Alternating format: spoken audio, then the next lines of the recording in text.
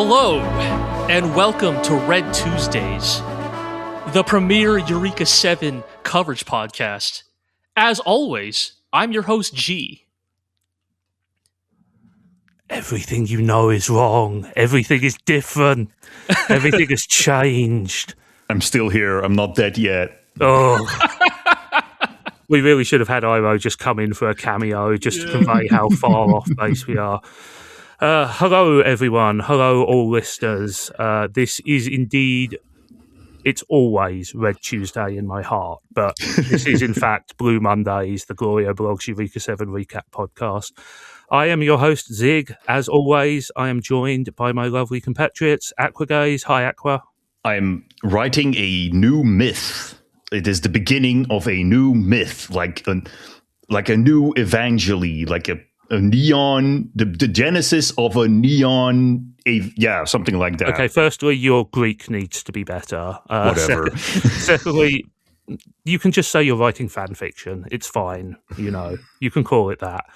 We are also joined, of course, by the lovely G. Hello, G. I'm 12 years old, and what is this?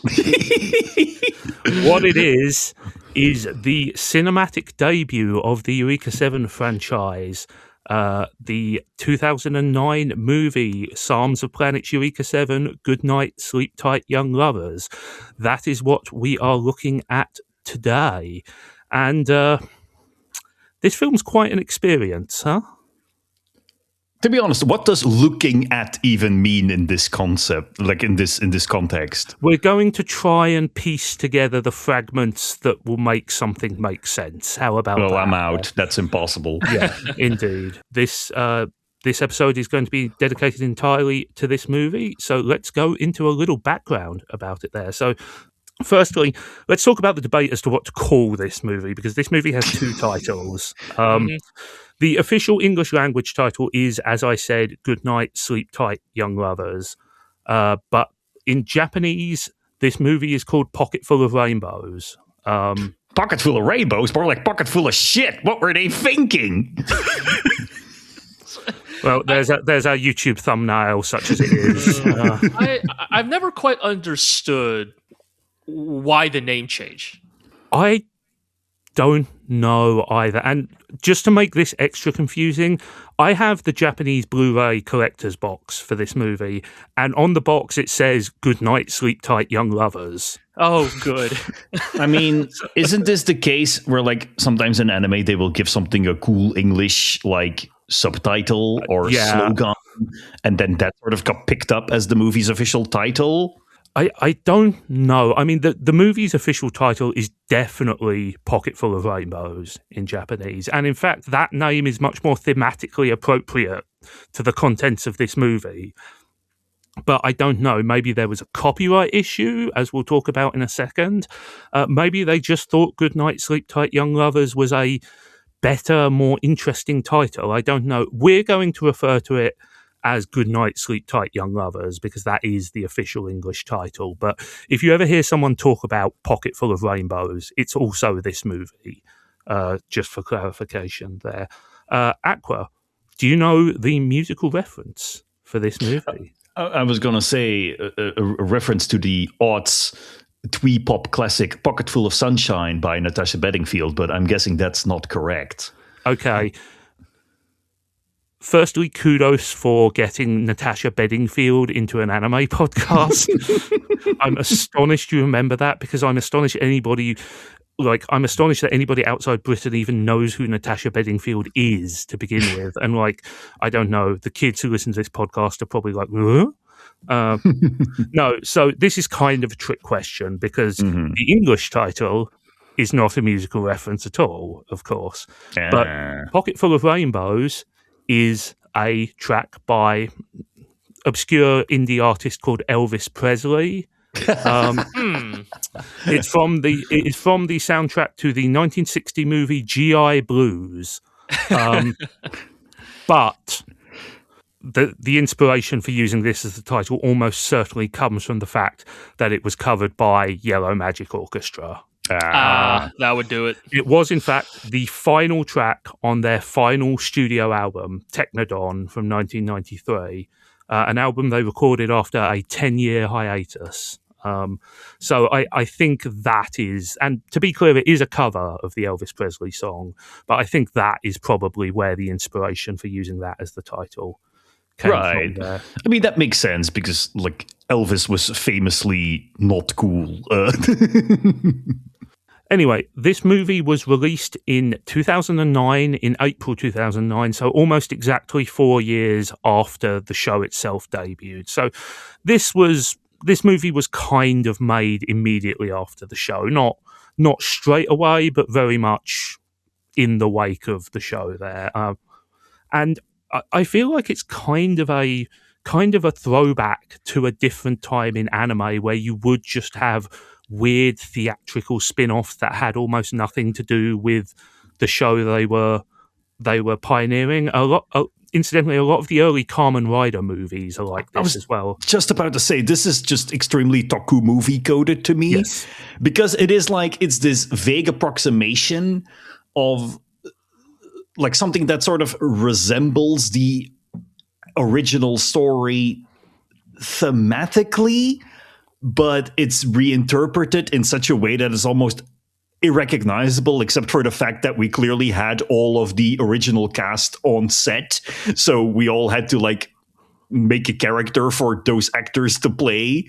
And so you end up like casting established characters into weird roles, like Dominic being the professor, or like Dr. Bear showing up as the original Holland. Yes. As we all know, Gonzi's actor tragically passed away in between Eureka 7, the television, and Eureka 7, the movie, and as a result, was not present in the film. Yeah, and due to like child labor laws changing, Mater, Maurice, and Link could only show up for a cameo. As archival footage. Yeah.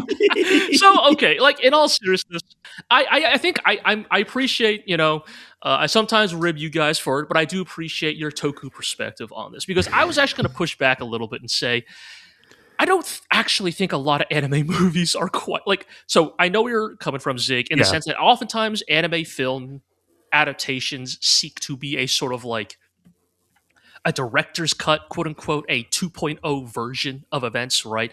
The iconic example here is something like, End of Evangelion, right? Yeah, but I mean, like, you have other examples like Adolescence of Utena, for example. That is true, but I do think they are still broadly following the same, like, narrative conventions of the source material, if that makes sense. Yes, like, this is a very extreme example. Yes, this is so extreme, like,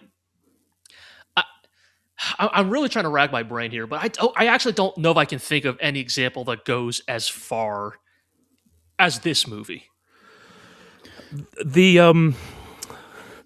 It's difficult, yes, because a lot of the movies I was thinking of are non-canon or alternate universe, but still keep the broad dynamics in play. I mean, I was thinking of stuff like those One Piece movies, for example, which are not canon with the show. But Shonen Jump non-canon film release is like kind of its own weird island, right? But I mean, that's what you expect, right? Like, this is just another adventure that the Straw Hat crew goes on, like.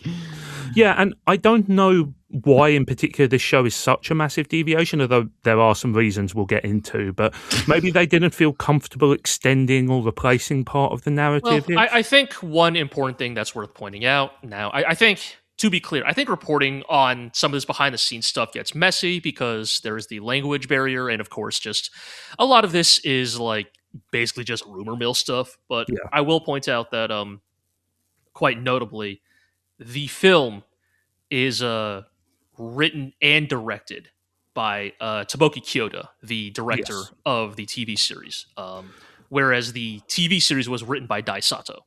So there has been talk about how, like, this is not as far as a like, this is the real version of Eureka 7, but it is known that like Tomoki Kyoda had some of his own ideas about what he wanted Eureka 7 to be. Yes. Usually the most well bandied about tidbit is he originally intended for the show to be a much more of a tragedy or at least a bittersweet story. And there's always been these I don't know, suspicion's the wrong word, but there's always been sort of this assumption that in some ways maybe God, sorry, Pocket Full of Rainbows just rolls off the tongue a little bit easier. But Go on, use Pocket Full of Rainbows. No, it's all right. If I say it enough times, but you can also just say the movie. Yes, the movie. The movie is Eureka 7. Yes. The Scottish movie. Yes. In some ways, the movie may have been an attempt on Tomoki Kyoto's to take more creative ownership over Eureka 7. Yes, and of course, this is something where hindsight also gives us a great advantage, right? Because as we mentioned in the very first episode of this show, Kyoto has been the one creative constant as Eureka 7 has grown from a single show into a franchise. Goes on to direct AO. Yep. You know? He is in charge of those High Evolution movies. So yes. this certainly represents a changing of the guard on some level. I was actually going to dive into the cast and crew quickly here because if I can, if I can interrupt real quick because I do have something to say. I think it's very interesting that you mentioned that, G, because throughout watching this movie, there was like one thing that I couldn't get out of my head, and it's basically my entire approach for looking at this movie. I get the feeling that this is the pilot episode. This is the prototype for Eureka 7. This is the original idea that they had before they, the editor said, like, hey, stories need to be about something, and, scratch all of these random, like, side things that don't go anywhere and, make the characters likable. And that they went back to the drawing board and came up with, like, the cleaned up version of this, which is the original show. You're saying that that maybe this is actually Eureka 7 0. No, it's Eureka 7 prototype. Sure. I mean, same idea. Yeah. Let's talk a little bit about the cast and crew. Like I said, in terms of the crew, G, you've already mentioned that Tomoki Kyoto is the director. Technically, actually, his credit here is chief director. Now, what that means, I don't know, but there is a credited director as well. The credited director is Hiroshi Haraguchi. He was one of the animation directors and steady storyboarders, steady hands on the show. He directed 6 episodes of the show. Most of the major crew on the Bones side comes back. Kawamori is not here, but he still gets a credit because obviously we are mostly reusing mecha designs here. Mm-hmm. The new mech design was done by Takayuki Yanase, who also worked on the TV show. Interestingly, also the mecha designer for Metal Gear Solid 4. Yanase is a pretty, established designer. I think he also has done work for Gundam, and for me personally, he did the mech designs for Xenoblade Chronicles X. Sure, so. that game has cool mechs. Most of the familiar faces are back. Kenichi Yoshida is here for character design. Naoki Sato for music. As we've already mentioned, the script was not written by Dai Sato. There has not been any word on whether he was asked to return or not. He's a busy guy. This really is like the bit in like an established video game franchise. Like there's a new threat is hanging over the Mushroom Kingdom, and Mario goes to Bowser's Kingdom and kicks kicks down the door, and Bowser's like, oh well, I don't know what's going on. It's not me this time. That's how I feel with Dai Sato in this movie. Dai Sato became a very controversial figure in the times following his Eureka 7 work, but I hope watching the show has told you a little bit about why we continue to give him so much rope. If that makes sense. Man,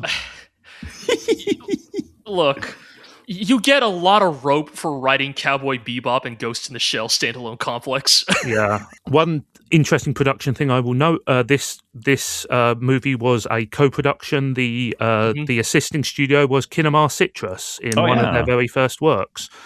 They've done a lot of stuff since then, but probably they're most well known for doing Made in Abyss and the various assorted series and movies that spun off of that. Just there, this was only their second work. They were also assisted on a TV show that I can't remember that premiered about the same time.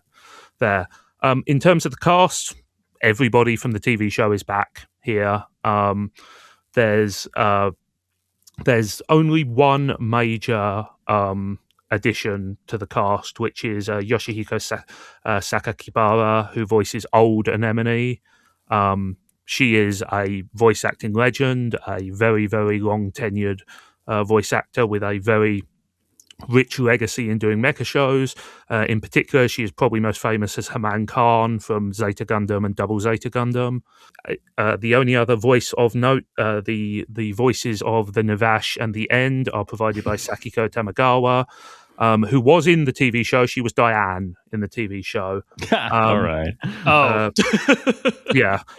She also, an interesting note about Tamagawa, she is married to Shuichi Ikeda, best known as the voice of Gilbert Durandal from Mobile Suit Gundam Seed Destiny and some other stuff. Yes, of course. But yeah, that's pretty much the production stuff. There is no like deep secret or scandal or troubled production behind this film. By all accounts, it went very smoothly. There's not really much to dig into on the production side. All of the voice actors you know and love are back, and they are pretty much as they were before. So, which is a very euphemistic way of saying we have no actual proof that everyone was doing cocaine. This is not a cocaine type of movie. If this is a movie that was made on downers, not uppers, let's say. I think this movie was made with the drug called hubris. Yes, there is definitely that. I mean, that is cocaine. Yes, I suppose another word for it, yes. But. Well, speaking of snow, we begin in the snow.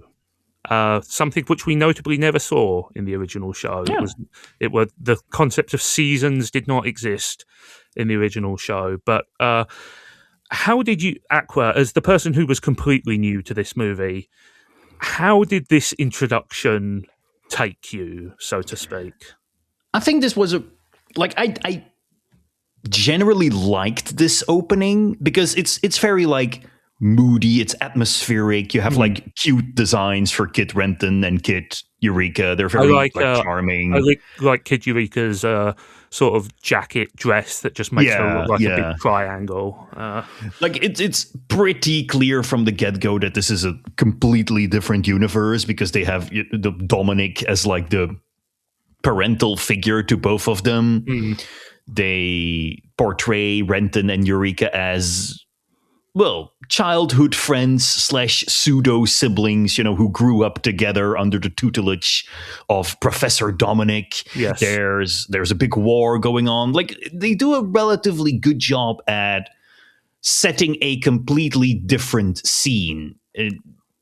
I think the scene with the ship coming down, and you only see the lights of the ship in the darkness is very striking. And it almost made me feel of like, whoa, this is like they're going for a completely different world, even like a completely different aesthetic setting, which to my disappointment then turns out to not be the case. Well, there are some elements of it. There are some elements, right? But I was thinking like they would go like full on industrial, like far future sci-fi stuff. But throughout the movie, they sort of return to the show's established aesthetic of like combining familiar, quote unquote, Japanese suburbia with some post-apocalyptic ideas. But yeah, I don't know. I was on board, I was on board initially. I was willing to give them the benefit of the doubt for like, what are they going for here, right? Yeah, I think I would broadly agree with you. I think that it's a very effective move to like throw a bunch of new stuff at you immediately, right? Like, I think choosing to make Dominic your like wise sensei figure is objectively hilarious. I mean, if we use the Toku analogy, right? This is the breakout actor from who played Dominic in the series, wants a new role in the movie. We get our second rider actor playing the like mentor figure. Yeah, but it is, it throws you off base in a good way. I think that it is. It is a sign of how radically things are going to change. I do think that it is atmospheric as well. I think that there is a warning sign. There are a couple of warning signs here, I think. I think that, and we might as well get into this now, but I think that making Renton and Eureka childhood friends is just a way less interesting dynamic. Yes, that is like one thing that I definitely wanted to mention. Like, there are indeed, like, they already show some cracks in the illusion, like mostly by casting Dominic in a completely different role, which sort of makes you wonder, like, okay, why didn't they just make this a different character, or why didn't they just make this Adrock or Diane or someone who would be more befitting of that role? That is like one thing. It really makes me feel of the like, oh, we had all of the actors on staff and we like making them wear different hats. But as you mentioned, the Renton and Eureka as childhood friends / pseudo siblings sort of kneecaps their chemistry in this entire movie. It just feels really weird. How about you, G? How do you feel about this development? I think the initial intro does a good job of, like, again, especially for us who have like just finished watching the TV show, it does a very good job of like establishing what is going to be different, right? Or just thematically that this is going to be a different telling of the Eureka 7 story, right? Of course, Renton and Eureka being childhood friends, right? All this stuff, right? The traumatic, I guess, kidnapping of Eureka that takes place here in this sort of like prologue scene, right? The reveal of Eureka's sunlight sensitivity, I guess, which is baffling because it never actually plays an important part. No, it's a little, because like the rest of the movie, she's either just inside the gecko or like inside the cockpit of Nervash, so like it never really becomes an issue anymore, which almost makes you wonder like why they included it. But I mean, this is one of the reasons why I think this was a prototype story, right? Because this is one of those things that, like, it seems cool, but right. And then, once you realize there's no payoff to it, you remove it from the story, right? And then as you write the story, you go, hey, suddenly there's a lot of premises we can no longer do. Like, I mean, the only thing I can think of is that it was an attempt to make her more immediately alien. Yes. Right? Mm-hmm. But how will Eureka get that fruit with Talho if she's sent into sunlight? Like these important episodes. I mean, the TV show answered that. Big sun hat. Yes. How will she play soccer if she burns in the sunlight? Yes. But no, I think so. That's a thing, right? It's like, I mean, not to like give the full like the final thesis on this movie right now, but I think this intro is like, irrespective of my feelings about the movie as a whole, it's intriguing. Like, legitimately so. I remember like it going, because I've been familiar with the premise of this movie for a very long time, and still seeing it made me go, oh, okay, yeah, like they are really committing to this. Yeah, I think that was that was kind of how I felt as well. Is that I remembered the basic outline of this movie, but I had forgotten just how far they deviate from the TV show. I had forgotten how extreme the differences become. I will say that there is one part of this intro where the moment I saw this film for the first time, almost like over 15 years ago, I remember thinking, oh, this is a mistake. It's the Nervash stuff. Yeah, It is just absolutely an unforced. No, I look. I've grown up. I've matured as a mecha fan. Yes. I've come to appreciate certain aspects of the genre that I used to dislike. Right. I now understand why young children are on board the warship in all these real robot anime. Yes. I understand the thematic intent. Cute mascot. Like Pokemon Nervash is just like, I guess I'm just never gonna like, I mean, I am a known anime mascot hater.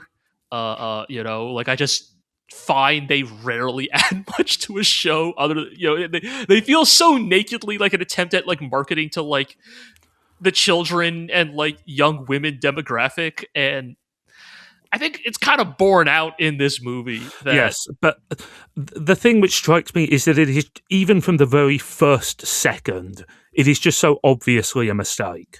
Like, oh yeah, it sucks. It doesn't work. There's no reason for it. It's not like, the robots on.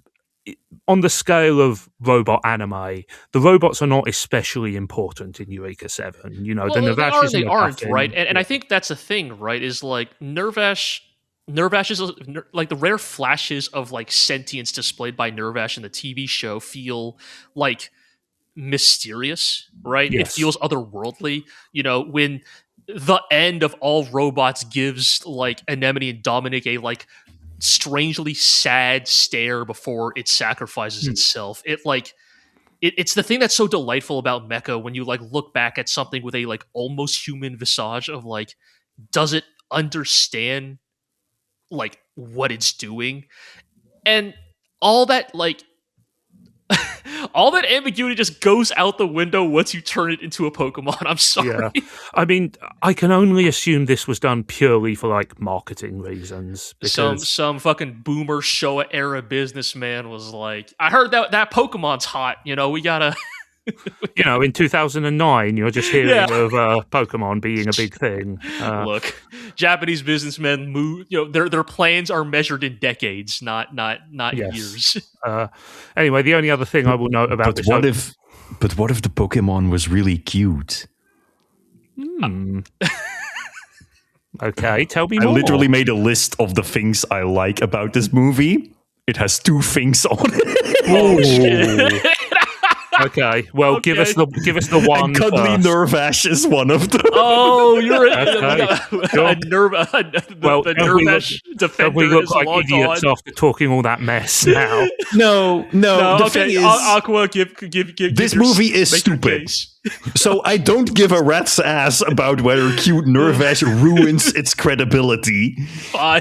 because the movie is stupid anyways. Sure. And you know, when I see it going Magoo, and have a fight with Little the End, that's sorry, I like that. Look, man, take what you can get. Okay. Yeah. The only other thing I will note is that I like that they brought back their weird light bulb hazmat suits. You know, I thought that's Oh, neat. sure, yes. Also, what is anime's obsession with showing us characters wetting themselves? Like, we get it. He's scared. We don't need to see, you know. That feels very much like one of those like just like it is like what it is part of like the Rolodex of Japanese Yes. media tropes, you know, Yeah. to communicate that somebody is really really scared. Like how talking about people smell means you like them. Oh, don't get me started on that Yeah. one. Yeah. Anyway, let us move on to the greatest tragedy of this movie, which is New Talho from the beginning. Sorry. Yep. I thought you were going to say Dominic dies at the beginning. Oh, who cares about that? Whatever. Yep. New Talho is firmly canon. Look at how they massacred my girl. I mean, we do not get a lot of Talho in this movie, and it's rarely good. Yeah. I mean, I think to continue the like theme of like, you know, what is intriguing about this movie, I actually do like this opening sequence. I think it continues like the mystery of like, wait, what is this version of Eureka 7? Right? Like, Yeah. you know, we have the sortie, you know, like we have we have Holland already in the Devilfish, right? I mean, look, they wanted to maximize the amount of sick robot time, and the mech that kills you is the sickest of all robots. Yes. He has already been strapped into the suicide robot, ready to die for the children. Yes, and this is the beginning of one of the more interesting examples of this I've ever seen, which is that the movie reuses a bit of footage from the original TV show. Correct. And I absolutely did not remember this, but it keeps happening, and I noticed it every single time. It's more noticeable in certain shots. I think the one that I think the really obvious one, jumping ahead a little bit here, is where they reuse the shot of the devilfish coming under the Ginga to attack it. Yes, right. There's that. The one that's here in the intro is the one where the mom and the child are about to get killed by, well, not a Corallian in this movie, and Ajo. By legally distinct from a Corallian. And in the original TV series, the end is the one that like rips it in half. And here instead, it's Nervash, piloted by Renton. wielding a couple of giant forks. Yeah, which Yes, it only has so that they can reuse that. Also, only in this scene. Yeah, this is the classic, like, the Gundam hammer was used in one episode of the show or something. It's an interesting recontextualization, right? Like to me, I think I definitely remember at the time thinking, "Wow, this is really lazy." I think the thing I give this now is, was this movie kind of on that fucking like Ava rebuild type shit even before I was just Ava about to say, rebuild? it's Shin Eureka 7. It's fucking Shin Eureka 7. A little bit, right? I mean, I Between will, brackets, derogatory. yes, yes. I will say that Bones was extremely busy in this time period. I don't like it, but I also don't think it's a cardinal sin. I think some parts of it are I think some parts of it are interesting, right? Because it is continuing the theme of like, these are the same actors, but like the scene is playing out differently. There's stuff like, again, this is where I think sometimes like reusing assets can lead to interesting stuff because of an implied familiarity the audience already has, right? Like there's a brief shot of like old Anemone, and there she is sitting in the cottage that was that belonged to William and Martha in the original, and it does, again, it like pulls at these strings that makes you go, what is going on in this version of the story? And I don't think it really ends up anywhere good by the end, but I do think that's the thing, right? Yes. There is no payoff, so it feels like an asset reflip. And that's why it feels bad. And that's why it feels bad. Yes. And that's why it goes back to, this feels lazy, or not lazy, just half-assed, right? Yeah. But I think early on, at least these like first two major scenes, the buy-in was a little bit more because I was like, are you going to do something interesting?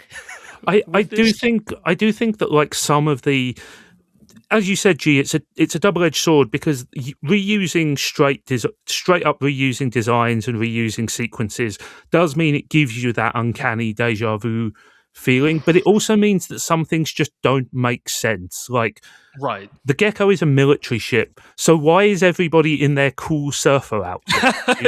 Why are they not just dressed? Like, we later find out that they're not really soldiers, but they are pretending to be soldiers, so they should be like. Also, I mean, no, I know why this is. This is to keep the fact that they are supposed to be a wing of the military in this universe a secret, right? So that can be a twist, because if they were all wearing just standard issue military uniforms, that will already give it away. But I mean, like, Renton as well, like, why is he is a professional soldier. Why is he a professional soldier? Yeah, no, it doesn't make any sense. He's 14 years old. It just... I think this is a good early example of like the clash between the show wanting to reuse the movie wanting to reuse familiar imagery to sort of throw us off balance, but also unintentionally throwing us off balance by just kind of not making sense, right? Yeah, making things different for the sake of making them different. Yeah, let's talk a little about the not scub coral here as well. This is another weird case where they have two different names depending on the language. I don't know if you guys noticed that, but they are not. Yes. Yeah, they are not in English. In the subtitles, they're called Eizo, Eizo, but in the Japanese dialogue, they are very clearly called Image. And I wonder if they changed that just because there would be some confusion of just using a straight up normal English word as the. I mean, the thing is, they have an English name in Japanese, so they give them a Japanese name in English. I think that's the logic. I guess. Is Eizo a Japanese word? I think Eizo is just a Japanese word for imagine or image or something like that. Yeah. I just know it as like they make high end calibrated monitors. The real enemy. But yeah, we learn some facts fairly quickly. For a start, we are in 2009. Sorry. Well, that's when they first land. I believe it's been like 4 or 5 years. We're in 2054. Sorry, I misread my notes there. But yes, there is already a government plan to flee the Earth. And again, this stuff is good because you think, are we back in time somehow? Is this like a prequel? Yeah, because this is broadly the events which happened in the distant past in the show, right? Like humanity abandoned the Earth on a space ark. because it was being taken over by, in that case, the scub coral, in this case, the Izo, who are the scub coral. They're basically the same thing there. And yeah, they have, before they go, they have planned to nuke the entire planet with an orbital superweapon, which kind of doesn't make sense, because if you're leaving, why would you nuke the planet? Because then at least the enemy is dead.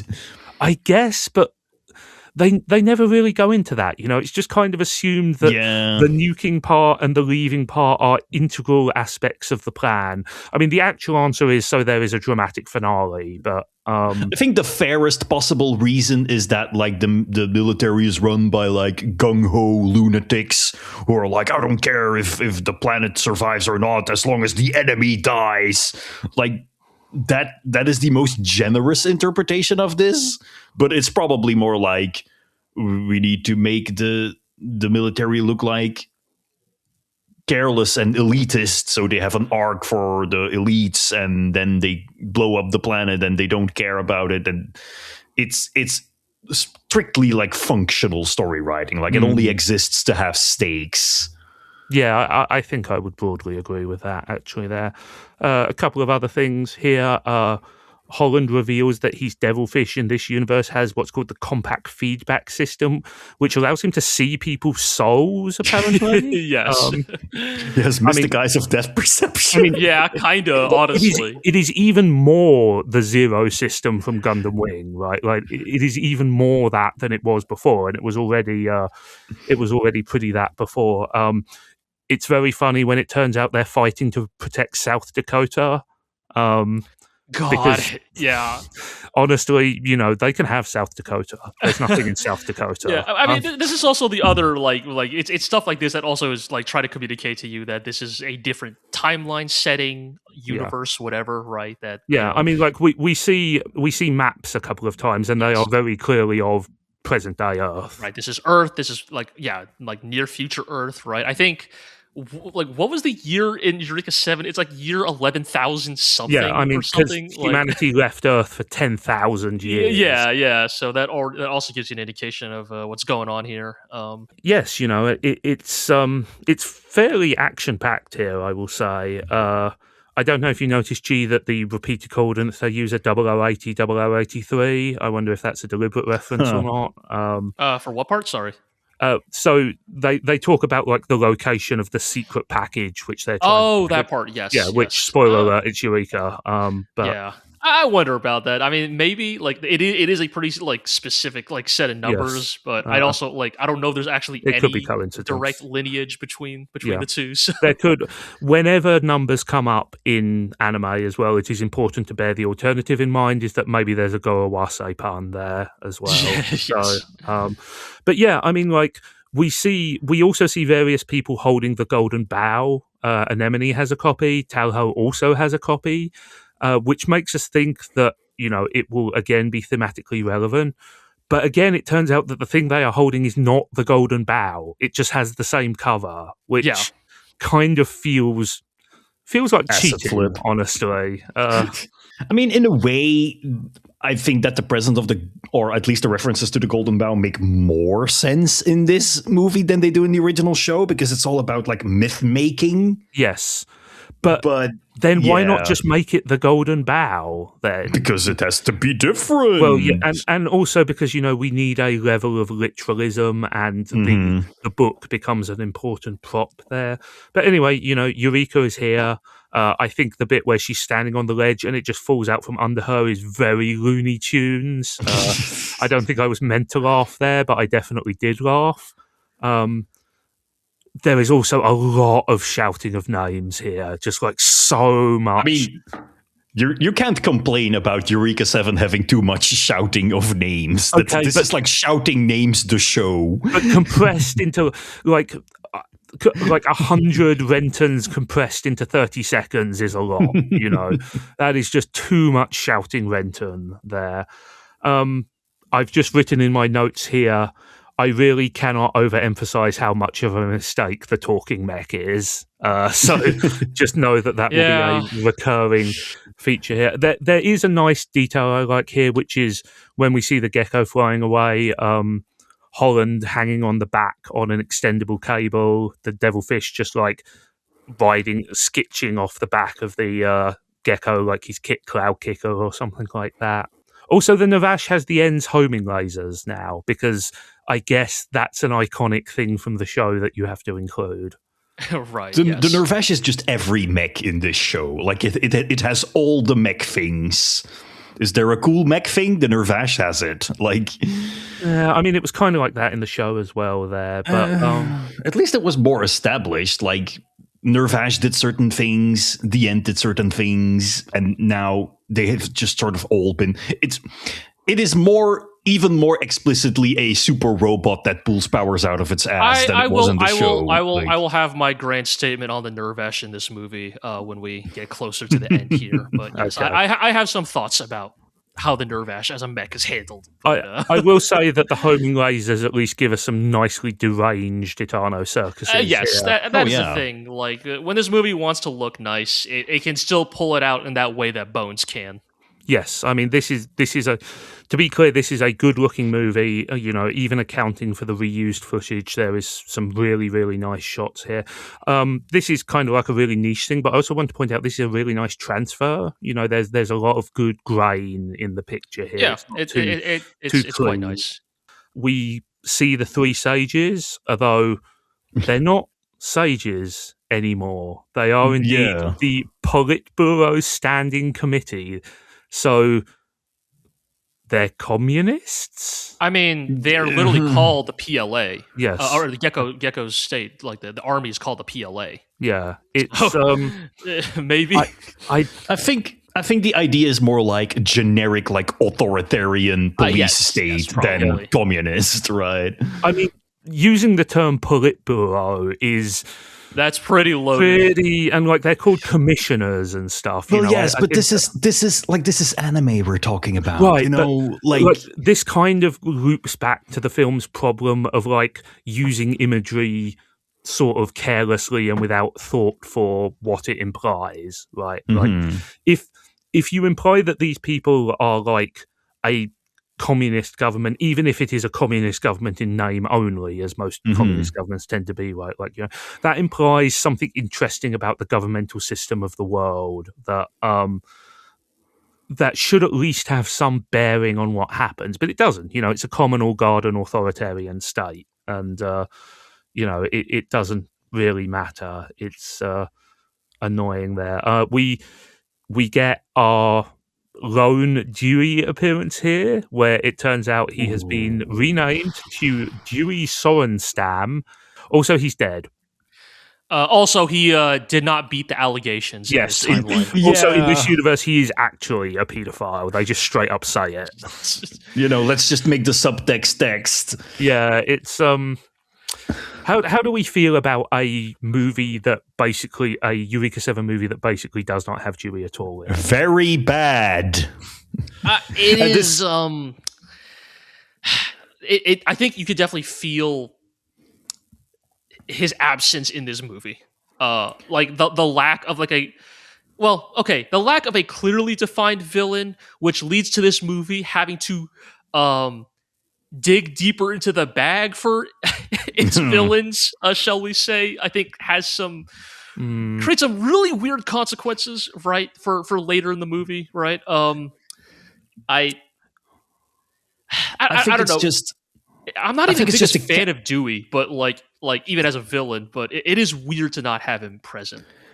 I think the character of Dewey adds so much thematic richness. Like, it adds this entire political, satirical edge to the story. It adds a lot of maturity to the story. It develops the older cast, which, pardon me for being in my 30s, I always found to be slightly more interesting than the Renton and Eureka stuff. Holland's like 26, man. Yeah. Or he is not in this movie, as we will find out. But, right, no, but I mean... I know what you mean. I know what you mean there, yeah.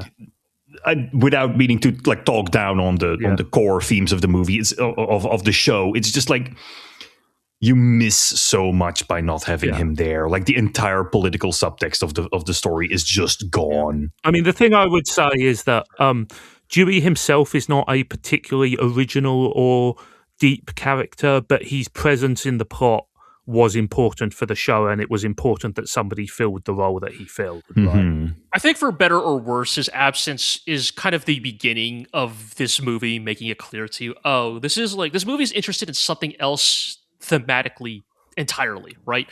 Like, because this is not a political drama or a thriller or any, or this show has like almost like this movie, my bad, has like almost no like geopolitical thesis to make whatsoever, right? Because as we kind of discover, this movie is like not remotely interested in that aspect of the Eureka 7 world building, right? No. Like it is fully focused on its themes of, I guess, myth and space magic, and But you say that, but there is like an undergoing current in the movie of like, it's us against the world, right? It is us, the children who want to, Eureka and Renton, who want to forge our own path. And meanwhile, all of these different factions of scheming adults are trying to use us for their own ends. I think that is the quote unquote political subplot of the movie.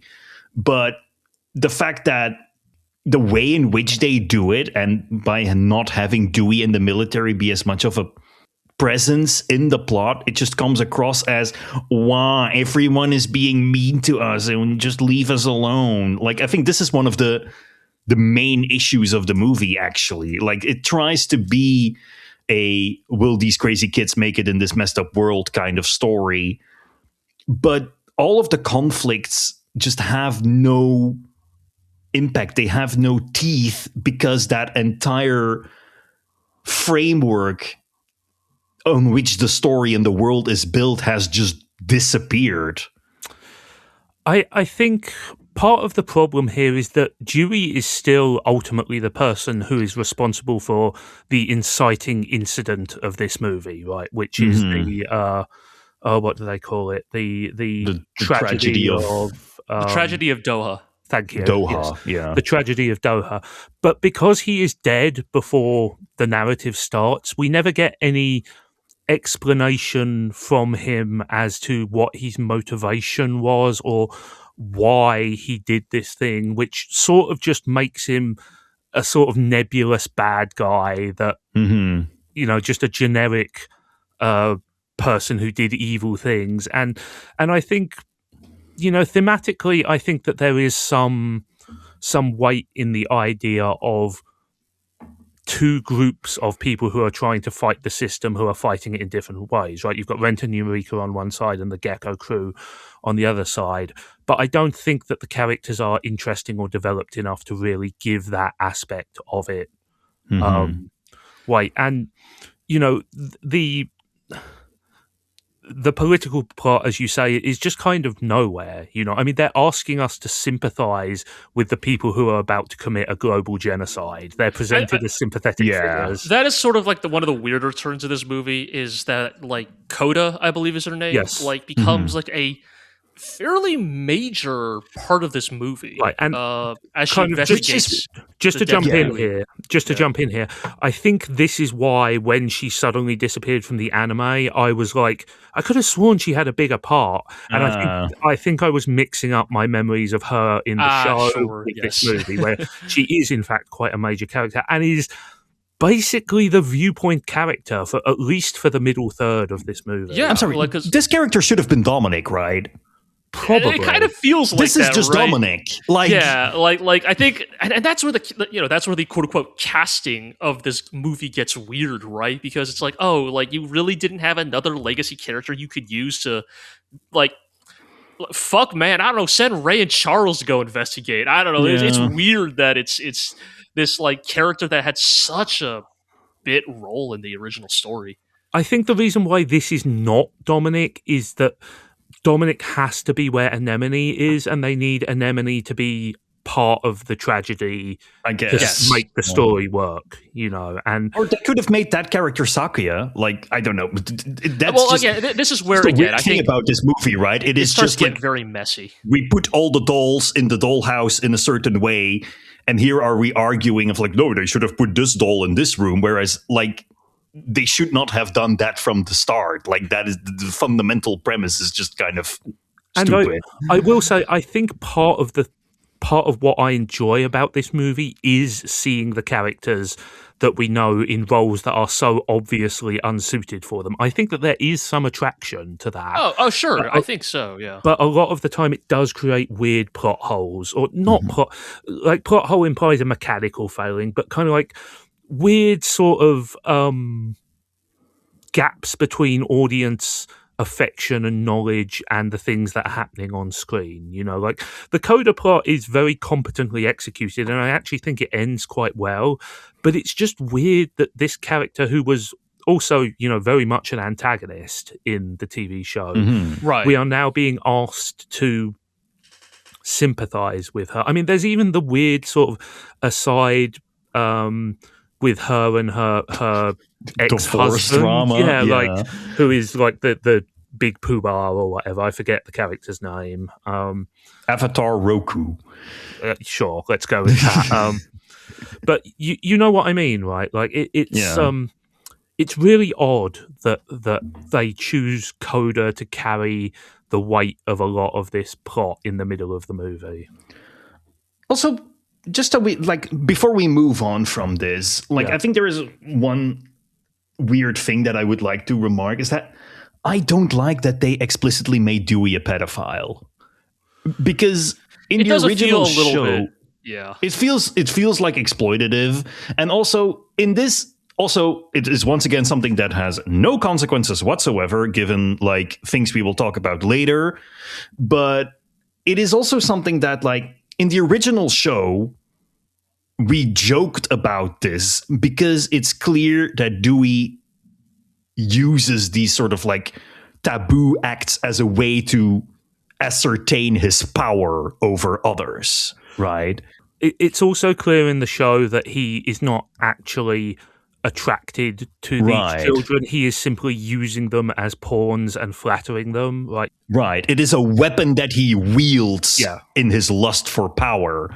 Whereas here, they just made the subtext text to just make him like, oh, now he's a generic evil man. And we can not think about why he does the things he does because he's just generic evil man. It seems like something that ostensibly feels like edgy and mature and like, whoa, this is now we're getting to the real stuff, you know, we're taking the gloves off, but it comes across as so much more shallow than his portrayal in the original series. I mean, the trope of like making a character a child molester to instantly signal that they are bad news is as old as cinema itself. Well, one of the most reliable tools in the box. Yeah, and it's rarely ever works in a particularly effective way. You know, and this is at least like in the original show they showed that it's about power. And like no, I don't think anybody ever actually accuses him of having a sexual interest in the girls in the show. It's just sort of he has that because he is spending so much time and like dominating the character of these children so much. He just has the vibe, right? But you don't need that pointed out. It's just, and as I say, you know, the thing he is actually doing is arguably much worse, quite frankly. You know, no offense. But, you know, he is using these children in a particularly callous way. So, yes, you know, I think it's a minor crime in terms of writing, but it is somewhat indicative of the more blunt, less subtle storytelling of this movie. We've got to obey some traditions from the TV show, though. So we have Eureka in a hospital bed. We also have a new Eureka hairstyle. I quite like her with like the big top knot. And we find out that Eureka, Samurai Eureka. Robot Samurai Eureka, because it turns out she's a robot. I suspect this might be a misuse of an English term, right? This feels to me like a mistranslation or something. Because I mean, like, she says robot human in Japanese. Yeah. Sure, I know. But what I mean is like, yes, misuse of the term. Yes. The implication here, I think, is that she is basically the same thing she was in an artificial being. Yes. She's a probe. Like she is sent to spy on Hugh. I mean, I think it's more actively antagonistic, or it is implied to be more actively This is like a little bit Oh, yeah. closer to the characterization of Eureka in the manga, funnily enough, right? Where the Corallians are portrayed more antagonistically, right? She like more as a sleeper agent than like a honest attempt to reach out and communicate. It's certainly a way to speed run the Eureka Renton dynamic, I guess. You know, if you only have like 2 hours to work with, right? That like, I don't know. It's a tough thing, right? Because like, you know, like in a lot of ways, the like slow, painful steps of their relationship in the TV anime makes sense in a world where the Corallians are less malicious as they are simply dangerous, and so the like guilt and revulsion of like being a human Corallian is allowed to like simmer and stew, whereas here, you know, again, another aspect of the movie that I suppose just feels mechanical, right? Where it's just like, oh, like that's why Eureka feels like she feels like she's unworthy of Renton's affections, right? Because I'm actually a robot sent to destroy humanity. Yes. And, you know, I have some sympathy because it is incredibly hard to go through the character arc that the characters went through across like 25 hours of television in a movie that lasts under 2 hours, right? You do have to speed run certain parts of that arc, but I mean, it's almost as if they shouldn't have made this movie. Well, they should have made this movie this way, perhaps.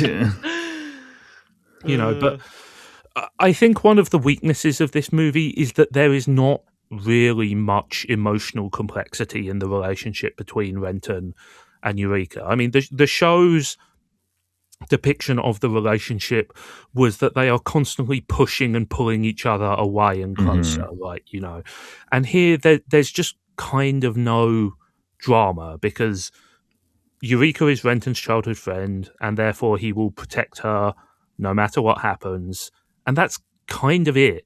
You know? Like, they cheat. They speed run the relationship by making them childhood friends. Like, and you know, I'm hesitant to call the childhood friends thing lazy writing, but it is undoubtedly a cliche that is far simpler than the relationship that they built up in the show. And to be clear, magical girl drops from the sky is also a cliche, but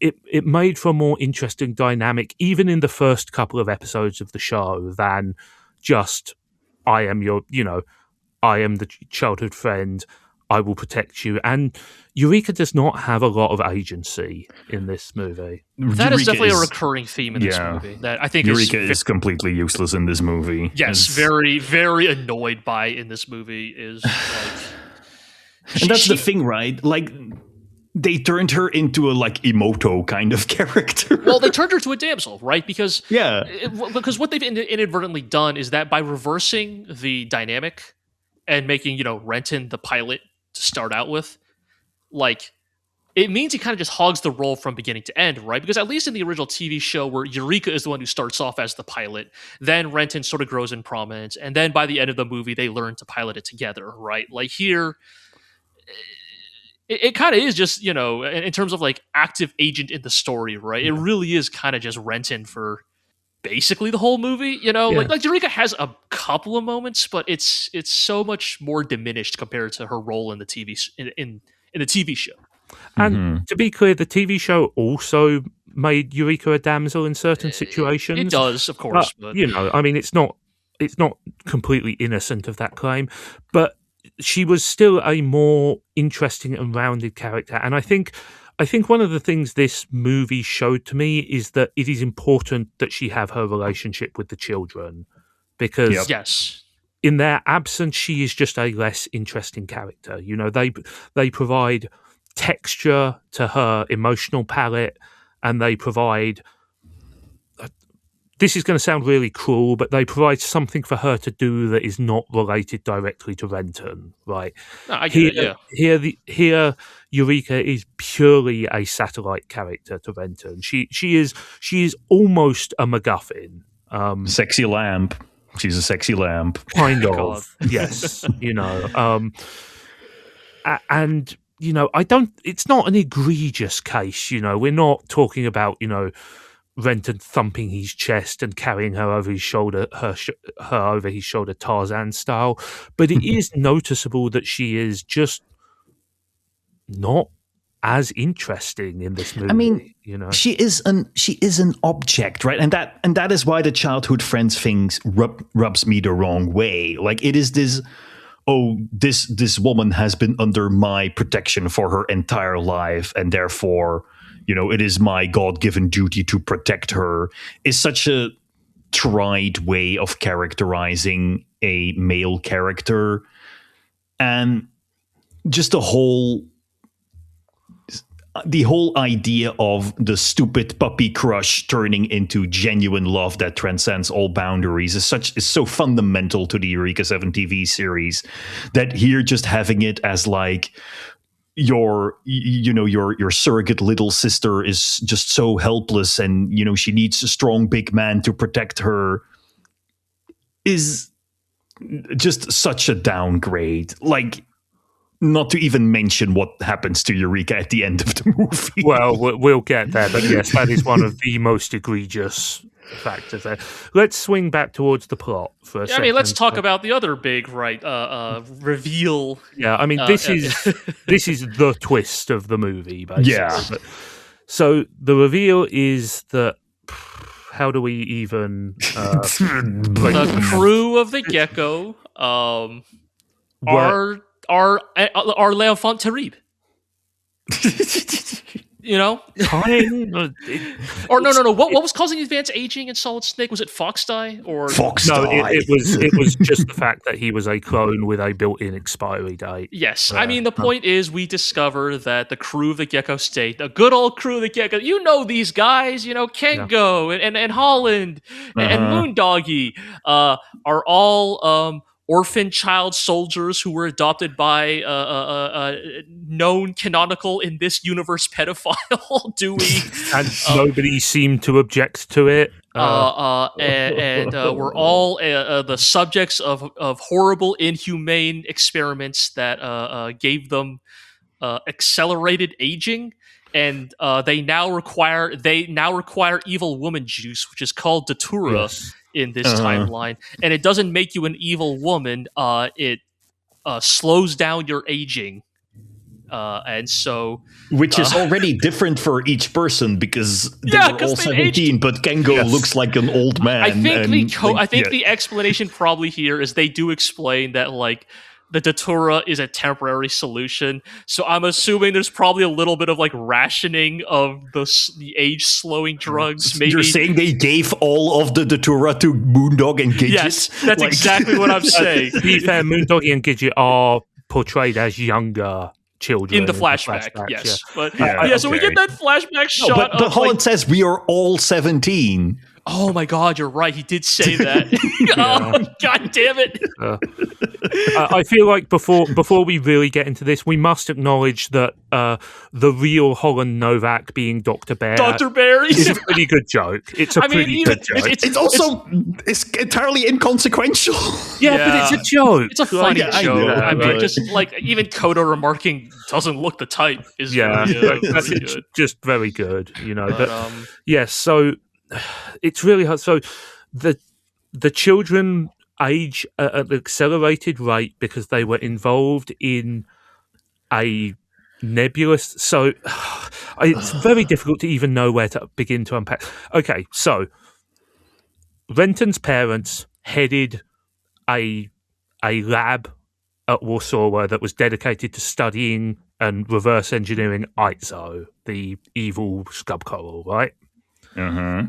And gradually that research center became instead a cult.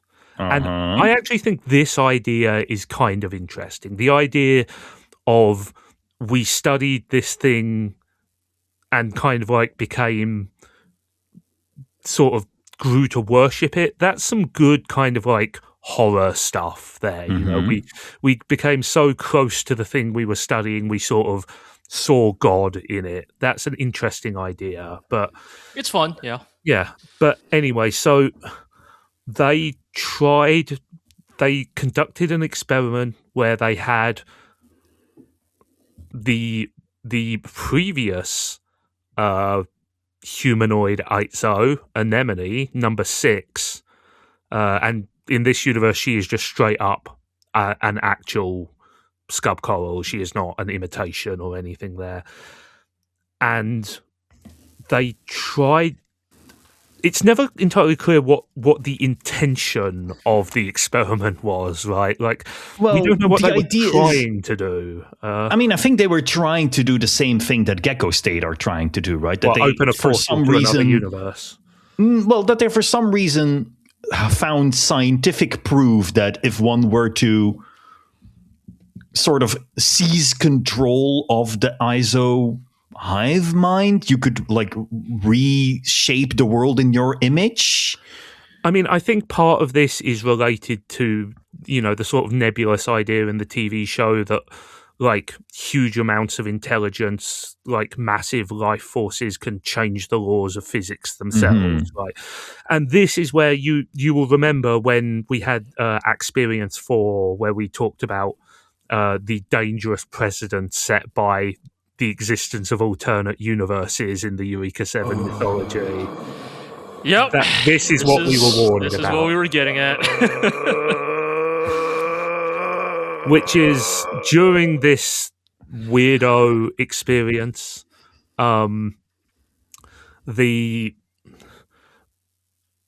opened a portal to the universe of the TV show. That's all you can really say. We have a very brief glimpse of the universe of the TV show, and we can tell it's the universe of the TV show because moon vandalism has happened. Hell yeah! I hate this so much. This is always bad. It's always bad when they do this. It's bad when they did it in Evangelion. It's bad when they did it in G-Quacks. This is why I'm calling this Shin Eureka 7, because it's just the same shit again. Like again, I mean, I think this like actually precedes most of the examples that I just gave, but it's just this weird like reinterpretation / retelling, but it's also a side story in an alternate universe, and it's simultaneously a prequel and a sequel, and it's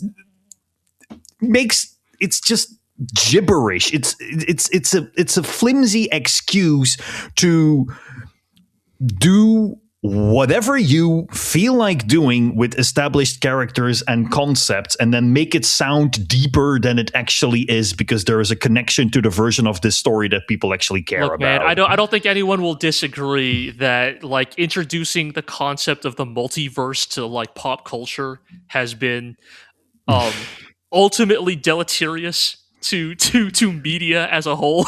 The multiverse should have remained exclusive to weird comics freaks like me. Right, yes. But the thing is, like, I'm explicitly referring to this weird line. Right, I know what you mean. This particular strain. Yeah, like multiverse combined with like meta commentary, reboot, reimagining. I think it's. I don't want to say it's like particularly unique to Japanese media, but I think because we've seen so many prominent examples of it, right? I mean, hell, we also watch a lot of anime. Yes, I mean, jury's still out on the Final Fantasy VII remake project. Yeah, we'll see what No More does with the third one. But I think it very much feels like, and it's funny because this happened so shortly after the original. Like all these other examples we're pointing to, rebuild like a decade after the original TV show, at least.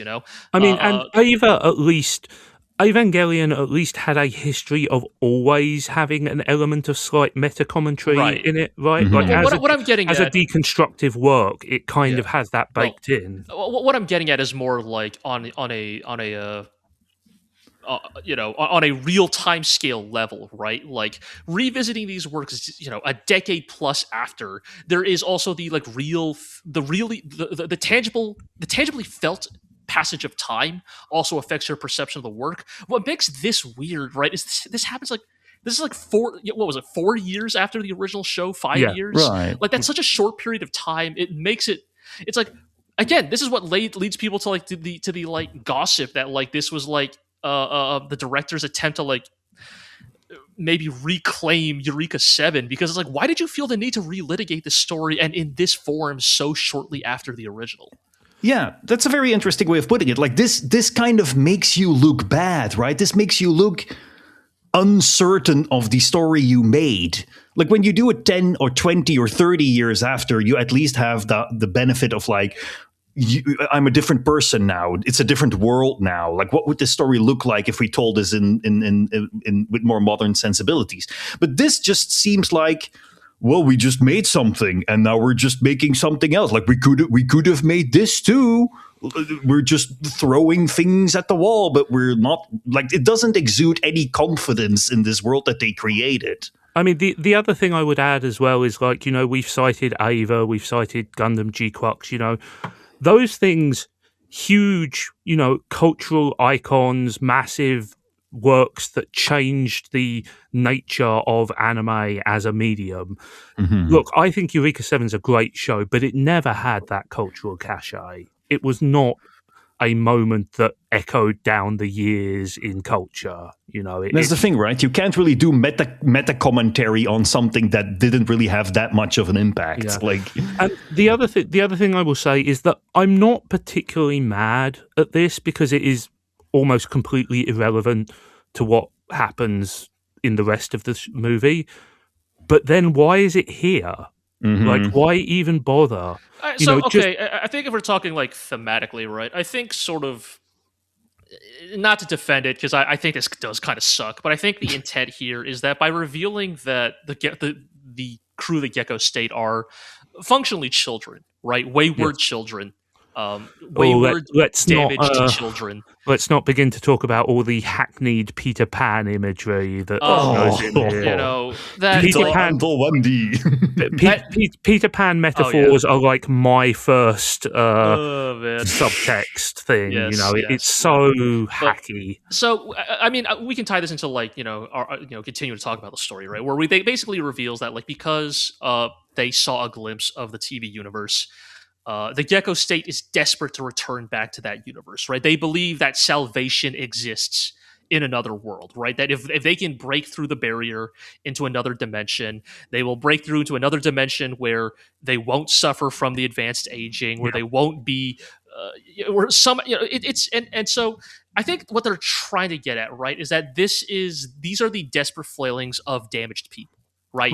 Like damaged children, works. Right, who are desperate to like reclaim a childhood they never had because of both their upbringing and their advanced aging, right? And there's this idea of like, I think this is meant to tie into like, quote unquote, the thesis this movie makes at the end, right? That like trying to like redo the myth, as they keep saying, regenerate the myth, right? Mm-hmm. Is like that there lies madness, right? That like you can't recreate.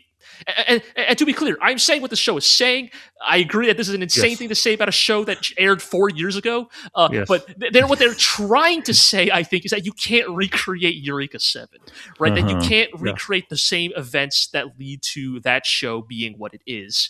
And that is why Gecko State in this timeline is in the wrong, right? That their attempts to, break into the world of the TV show was always going to be doomed, right? Because what sort of, I mean, I get where you're going, but what undercuts this entirely is that Renton is supposed to be the one who opposes this, but he is the one who just does the exact same thing as he does in the show. Look, man, I didn't say the movie like was coherent. I'm just pointing out what I think this movie's thesis is. I mean, what I will say is that I think there is emotional resonance in the idea of the Gecko State as you say, G, these damaged people striving for an impossible reset to their lives. Mm-hmm. Like, that is well-worn but highly effective character writing. I don't think that the Gecko crew are well written enough, and I think that their weird behavior over the course of this movie undermines sympathy for them. Absolutely. Like, I think they behave weird, they behave out of character, they behave inconsistent and stupid, but I think that also applies to Renton. Like, in the scene where Renton is sort of confronting Holland when they're both like trying to negotiate working together, I find it shocking how little empathy Renton shows for Holland and for like the Gecko State, because he talks to them as if they are basically like just generic baddies who, lied to him, and that there is no reason for them to act the way they do, even though he knows why they are like that. And this is in sharp contrast to the Renton of the show, who like acknowledged that, for example, Ray and Charles were kind of bad people, but still had like good sides to them and did things like and had good aspects to them. Like, I find it very weird that on one hand they try to do this radical reinterpretation of Holland and the Gecko State, but on the other hand just also like turn them into weird caricatures that are not deserving of our empathy at all. I think there's also some elements of like, this is also a different Renton in some regards, right? This is a Renton that, I mean, because it's a movie, right? It's sort of implied this Renton does not have that same camaraderie with the Gecko State that he had in the original TV show, right? That this is, it feels like a much more clinical relationship in this movie. Like there's none of that slice of life. There's no hanging out on the Gecko State. So like, I think it's supposed to be communicated that this Renton never had that emotional connection with the Gecko State in this version of the story. Which again, like that's the that's the practical explanation. It doesn't really excuse that it does not feel good, right? Mm-hmm. And I think that there is a very poor control of tone and of consistent characterization in this movie, and that is, I think, very telling of an inexperienced writer, is what I would say. And Kyoda is, he is a very experienced director, storyboarder, all of these kinds of things. And to be clear, director is the chief creative person on TV anime production. Mm-hmm. But Dai Sato at least knew how to construct a character arc and construct a story and to write compelling moment-to-moment dialogue, I think. And this movie just does not have that. The ideas are interesting and quite provocative in some cases, but the characters are just not likable or relatable. They just feel slapdash to a certain extent, and I just wonder how much of that is just, and it's difficult because I am also speaking knowing the crimes Tomoki Kyoda will go on to commit with this franchise there. But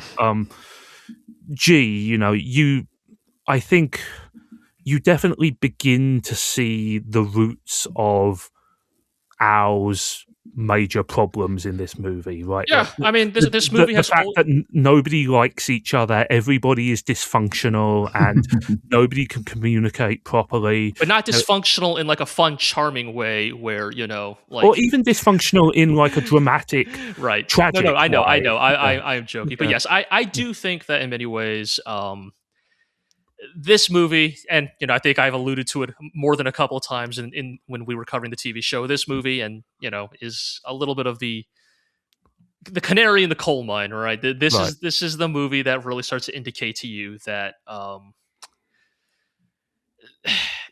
again, say what you will about Anno and his stewardship of Evangelion, or Kojima and his stewardship of Metal Gear Solid, or what have you. There is strong creative vision there. Yes, and this movie is the beginning of the indication that, there is kind of nobody at the wheel. And if Kyoda is the one at the wheel, then it sure doesn't feel like it. It doesn't feel like there's a strong creative vision at the wheel. It's a very scattershot movie, I think, and I don't want to go into like a full-on summing up because we're only about halfway through the movie, but I think this movie has really strong segments, but it cannot pull itself together in a particularly compelling way. And I think that's because the central thread, which are the characters, and especially Renton and Eureka, are just not particularly engaging, or I don't even want to say sympathetic, just not very compelling. They're Yeah. the ideas are more important than the characters, and that's not something that produces a particularly watchable result, I think. And I think all this stuff about the sacrifice, the tragedy of Doha, all the stuff about the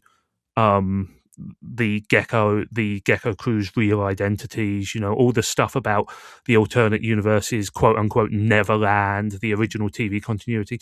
These are all good and interesting ideas that could be explored in compelling ways, but this movie doesn't seem to want to and doesn't have the time to. And perhaps, and again, this is, I think, a recurring feature of the franchise going forward, perhaps an editor was needed, somebody to come in and, tighten the script, perhaps ask for a few rewrites and something like that. And I don't know.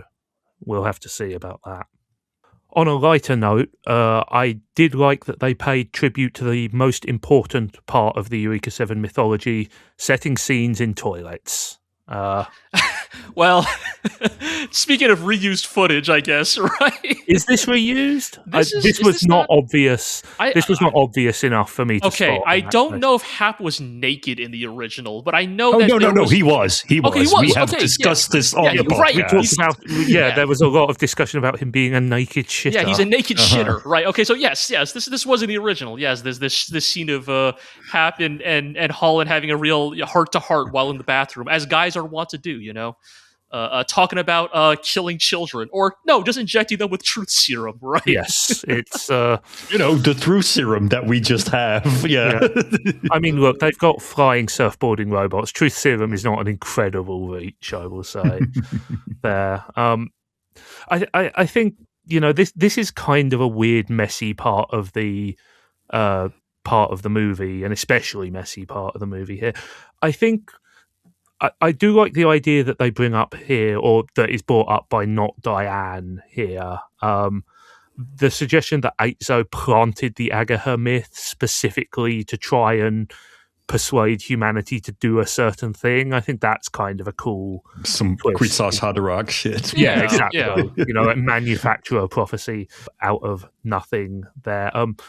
I do like that the Army KLFs include spearheads. It's always nice to see the spearheads. Yep. They're cool robots. Even if I got confused for a second, because I was like, I was like, wait, I'm pretty sure Ray and Charles aren't in this movie, but it's fine.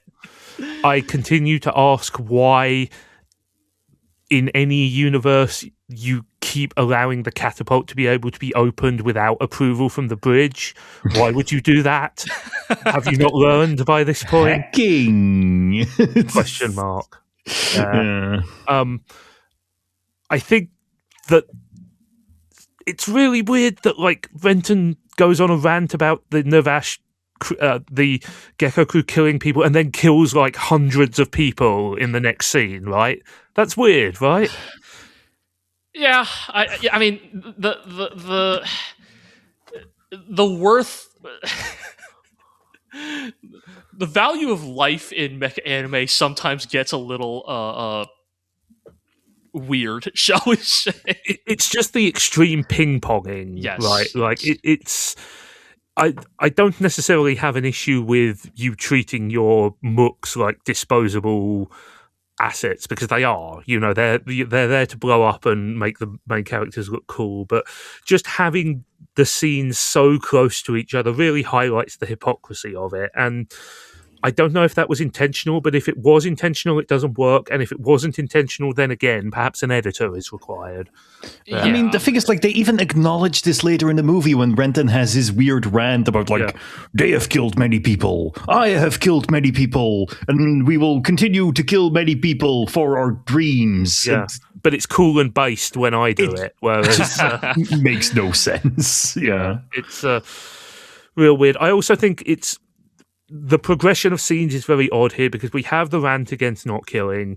He kills a bunch of people, and then we get comedy date music. Yeah. They might as well have the comedy trombone in the background of this scene. It's so weird and. I guess it's meant to imply like this is I guess there's a couple bits of levity in this movie, and Yes. I think none of them work super well just because of how dour this movie is generally. So all the bits of levity always feel incongruous, but Yeah, it's very, again, I think it is the evidence of a poorly put together narrative that we just sort of have weird shifts here. They go on a date, we don't really see any of the date.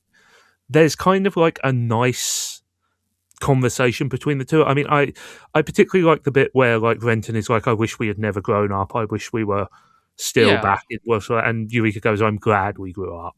I think that is a good moment there.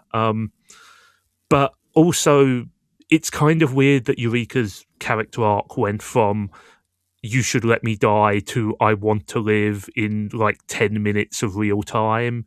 There just hasn't been the necessary progression for the character there, I think. Right.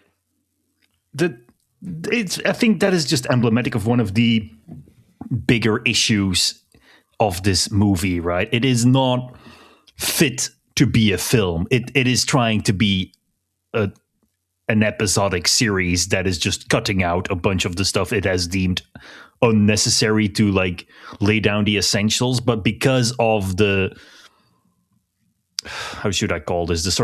Because of the meat that is missing, what it is trying to tell comes across as incredibly shallow. The characters develop in the strictest sense of the word, but the development is not very credible. There is a relationship, but they don't really have much chemistry. There are motivations, but they aren't really all that fundamental because the meat on the bones that you need to sort of back all of that stuff up and turn it into something that an audience is willing to buy simply isn't there, because this is a film and not a 50 episode series. We keep talking about how it's such a great thing that Eureka 7 got to be 50 episodes long. This is the shitty short version of Eureka 7 that we were mercifully spared. The thing is, it is totally possible to do character development in a film. You know, films have done it for centuries, for literally hundreds of years. Yes, you can totally do it, but that would require you to focus on it. And as we've established, if this movie has one problem, it's the fact that it just cannot focus on anything particularly long here. I also really want to call out the bad and bizarre tsundere Eureka stuff we get from here on, which is, I don't even know what to say. It's so tired. It's so basic. It's also weirdly I guess everybody's out of character in this movie, but it's so.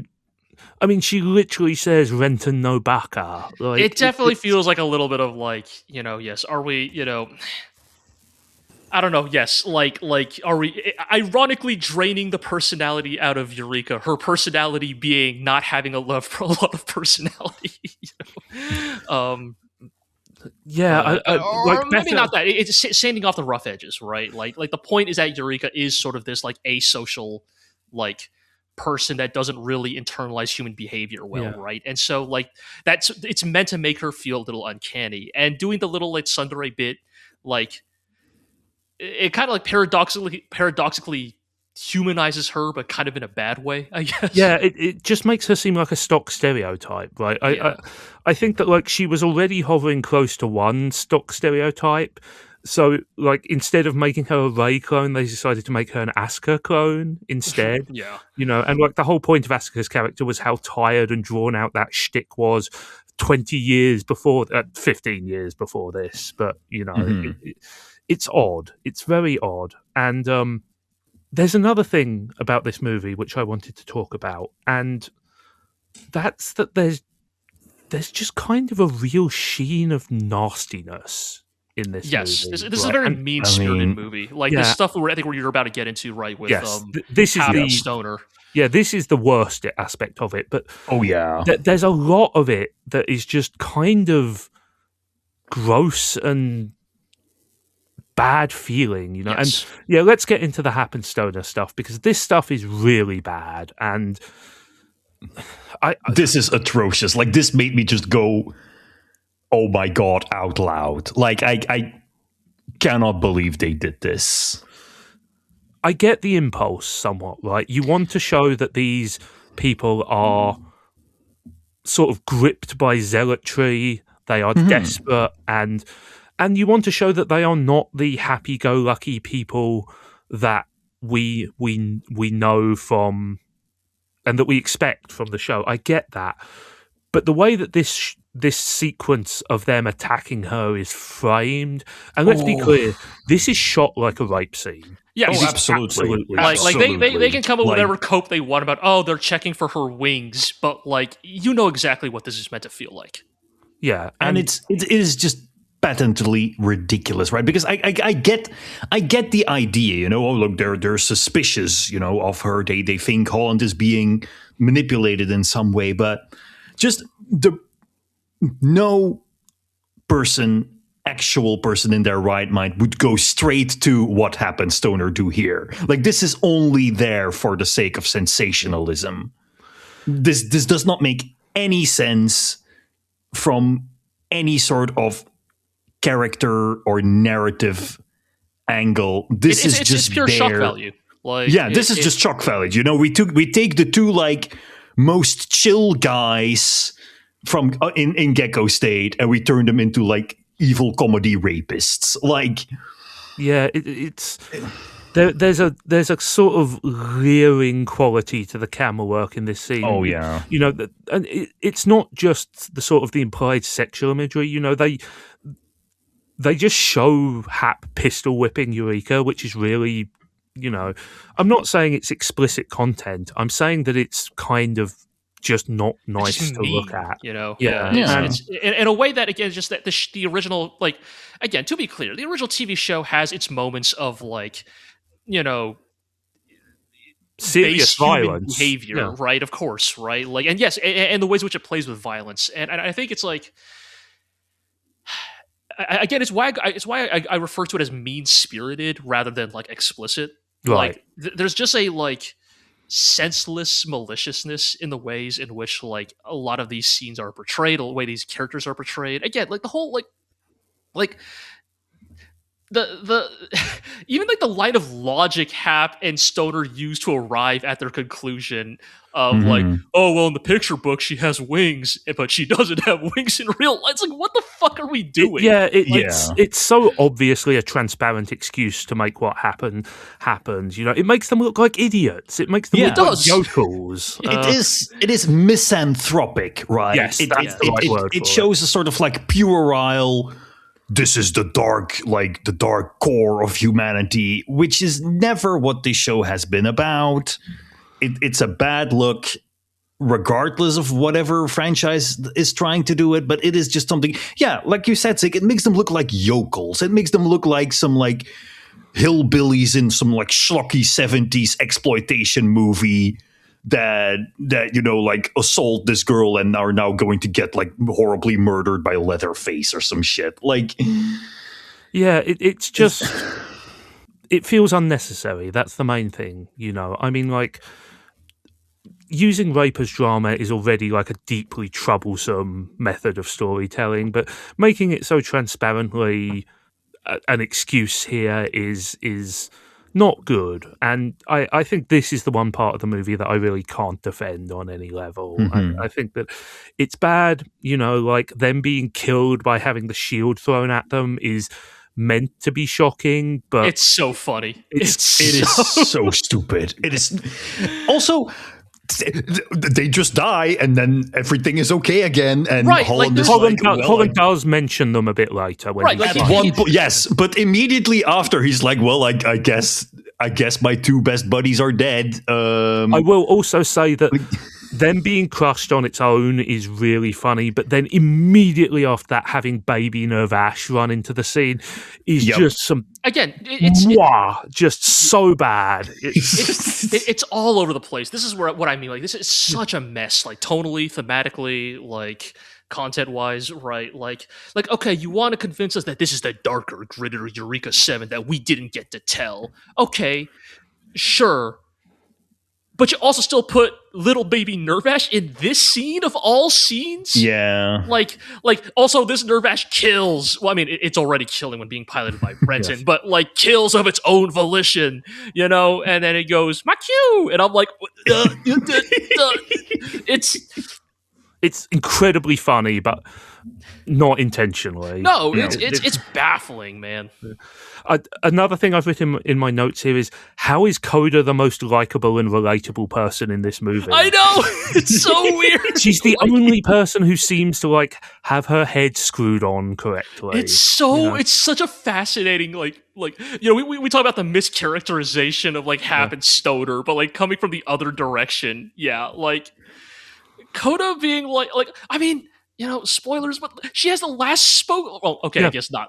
Before the credits, she has like the last spoken line in the movie, right? Like she summarizes the thesis of the movie. It's like, I mean, this movie has like a weird Coda redemption arc, right? Yeah. Like, I mean, like she has like the semblance of like someone who has been a cog in this horrible machine for so long and has now realized of like, I'm going to, you know, try and make a difference in the way that I still can by just being patient and kind to people. I mean, Which is sort of something that you would expect the heroes of the movie to do. I mean, she also explicitly has the arc that she has grown to accept the end of the world, right?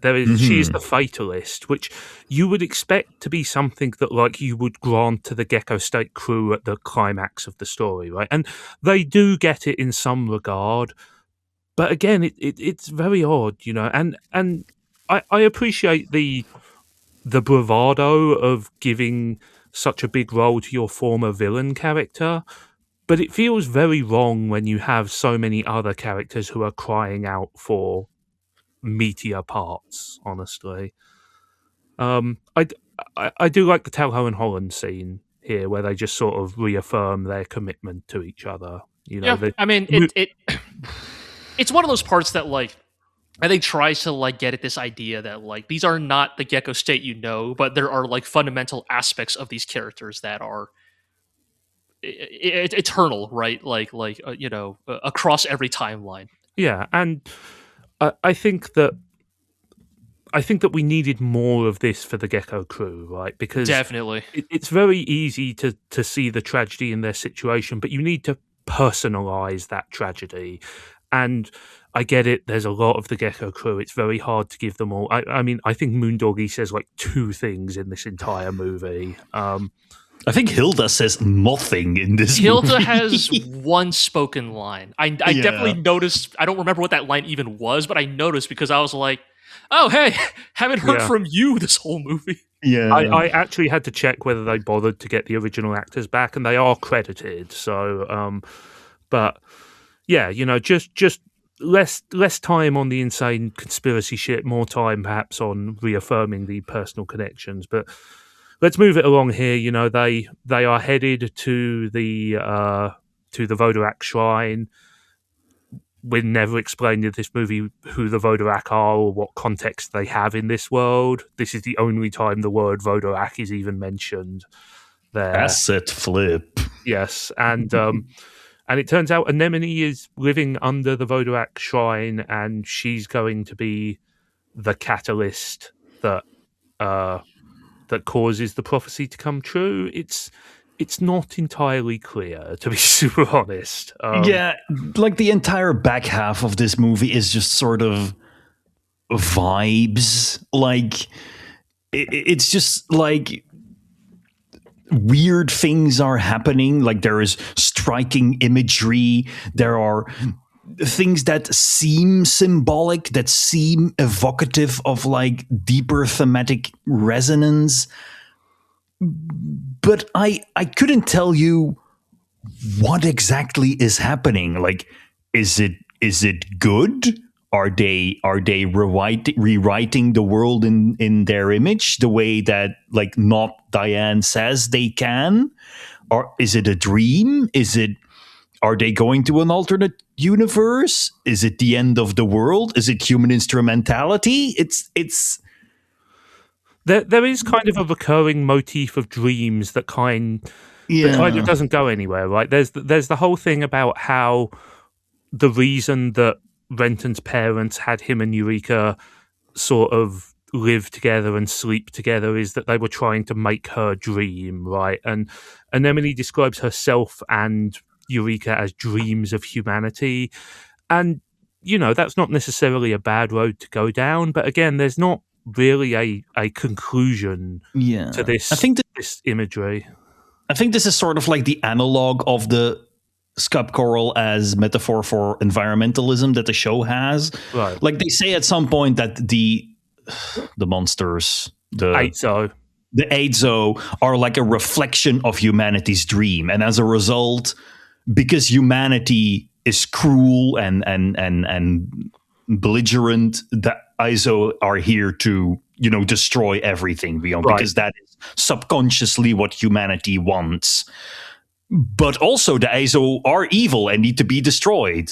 Yeah, this is exposition delivered by Obi-Wan Dominic, who shows up, and it's look, Dominic, great character, good performance. Not really sure that he can pull off the whole spirit guide thing. It's just kind of hilarious that Renton's near-death experience, he's seeing this wheeler on a story. So I think the idea is that they are like, the idea that the cult had was, I think, because Eureka is an Azo, she can be used like Anemone was in the experiment to create a new world. And so their idea was to make her dream, because the Azo can't dream themselves. Right. To make her dream what Renton is dreaming by raising them together. And then she can make the world that Renton wants a reality. Something like that. And that is what the Gecko State now want to do. So they go to Anemone to use Eureka to work. I mean, they go to Anemone so she can provide exposition. Yes, right? I would say mechanically it is to provide exposition, and the idea that like they can go through to the other side by way of to reach the Neverland. Yes, that's kind of all it is mechanically, right? Yes, it's again, the skeleton of a good and interesting idea that just they can't pick a lane and stay in it. Are we talking about crossing dimensions? Are we talking about the dreams of humanity? Are we talking about Azo as a mirror of human consciousness? All of these are interesting and good ideas, but you've got to focus on one. You've got to pick one and decide what... You have limited time in a movie. It's also just like, because we end up with this sort of mangled product, is that it just comes across as much ado about nothing. It's a lot of like, it's not that deep, bro. Like the world is bad and they want to go to the good world. And all of this because that's what it is, right? But that is weird why this movie pays so much attention to sort of mumbo jumbo to try and doll up this very simple premise of the world is bad, let's go to the good world. That it's sort of like, once again, it does a sort of shadow play of being thematically interesting, of having something to say about being deep and mysterious and thought-provoking, but it's all kind of just set dressing and technobabble to mask the fact that this central premise is incredibly shallow, and the sort of ambiguity of the ending, which they sort of try to card it out as like, oh, this is intelligent, this is thought-provoking, it's an ambiguous ending, you got to interpret it yourself. Once again, they don't have the juice to actually pull it off, so it just comes across as, you figure it out, we don't want to commit to anything, so we just make it seem vague and seem ambivalent to sort of pretend we're cleverer than we actually are. Right, I think ambiguity is a powerful tool in storytelling, but you have to make it work, you have to leave the audience with sort of like trails they can follow into what might have been said or what might have been done, right? Like, you can't just throw out an ambiguous ending without throwing out the breadcrumbs that will make the audience think about why you made an ambiguous ending. And you also need to, like, the audience needs to care. The audience needs to be motivated to think about what the ending, what the resolution of it all means in function of the story's themes and motifs. And if the story doesn't really have that, if you don't care what happens to the characters, if you don't want to know what it all means, then it falls completely flat on its face. Right, and this is where I wonder if the movie kind of assumes that we care about these characters because they look like the characters we know. Right. Even though they are not. Like, not even Renton and Eureka. Like, I don't care about Renton and Eureka in this movie. Like, I don't think they have chemistry. I am not rooting for these two crazy kids to make it in this messed up world.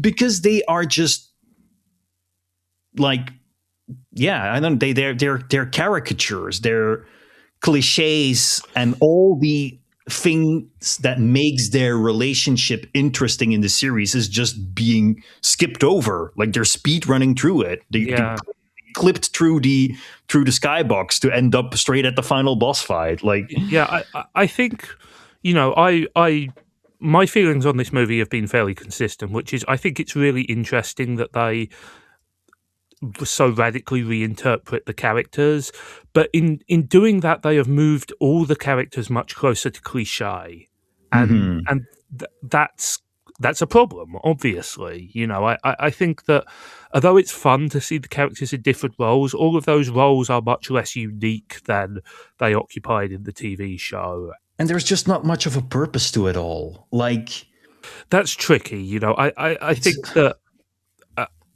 I think that looking for purpose in any piece of media is always kind of a dangerous path to go down. You know? But I think this is my problem with this is, like, I think this is the same problem that I have with, like, to use a very stupid example, but, you know, like, oh, I'm writing fanfic about my two favorite pop stars, but in this, they are like a knight and a squire in a medieval setting, or something like that. Coffee Shop AU.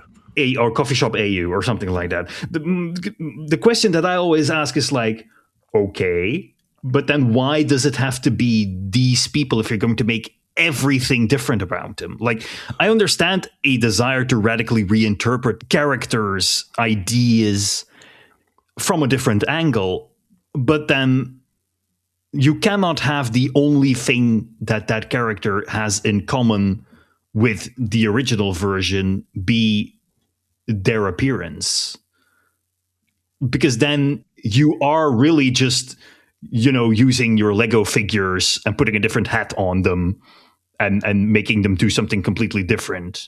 Like, right, and I think that's the key issue here, right? I think, again, I don't necessarily want to say that he's purely responsible, but I think Tomoki Kyoda thinks that these characters are his Lego figures, that he can mold and reshape into new characters at whim. And for better or worse, and I think this is accentuated here because obviously we have just been watching the TV show, that sort of rings false. Let's try and plow through the morass that is the ending of this movie. Anyway, a lot of weird stuff happens, but the net result is that we get a big, awesome, super big, cool new Nervash / the end hybrid. This was obviously not an issue at the time the movie originally aired, but this thing looks even more like Hero Man than the final form of the Again, it gets weirder and weirder that what's his name was actually not involved with this at all. God, what's his name? The designer of Hero Man. But oh, I can't remember. I know who you mean. I know, yeah. But anyways, yes. Well, yeah. So yeah, this is like, so yes, this is sort of the obligatory spectacle at the end, right? Yes. You know, blah blah blah, right? Dominic gives Renton the magic words, aka his, you know, Adrock Thurston's words from the original TV show. I mean, look, that catchphrase was always awkward and shoehorned, and it's especially awkward and shoehorned. It's really weird here, but, you know, basically shouting it allows Renton to, pilot, I believe it is called I had it written down here. Nervash Type 0 Spec 5 or Spec V. Sure, whatever. I heard Nervash is ripped. I heard Nervash has an 8-pack. Well, kinda like it's a really weird looking Nervash. Like again, yes, more Hero Man coded in its posturing and proportions than ever. I do like its cool staff and of course Funeru. Yes, yeah. Yeah. I think like it's I said, it has all the mech powers. Kinda. I gotta be honest. I actually do not love this design of Nervash. Like, it's so far removed from, the Kawamori like lineage. Right. Yeah. Like, I love the original Nervash's kind of lankiness, right? Like Right. it, I love the surfboard, and I think this Nervash looking like something out of like Star Driver or something, like, and not like really even having the surfboard anymore. Like, Yeah, it just flies. it just flies, and like it's fun when the spearfish can fly because it's like, or the spearheads can fly because that's their gimmick of the KLFs. But like, look, man, Eureka 7's a lot of things. It's also the anime with the surfing robots. Yes. And if the robot doesn't like, this is some y'all see like the like I think it was like they they whoever posted, like WB probably posted like a sneak like a preview image of like the, like, I don't know, an upcoming like live action Green Lantern or something, and like it's like a picture of like the Green Lantern suit, and like it's like a maybe it's the lighting, but it's like tan with like a couple stripes of green on it.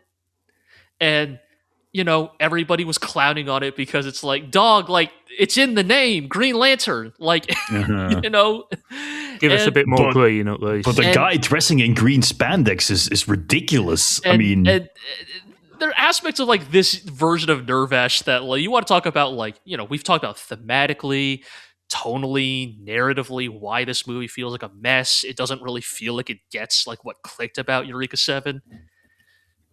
To me, like this is like in some ways the embodiment of that is this version of Nervash. Like it's not even Nervash anymore. It doesn't even surf. Like, what are we doing? Like, it doesn't even do the thing that these mechs are famous for.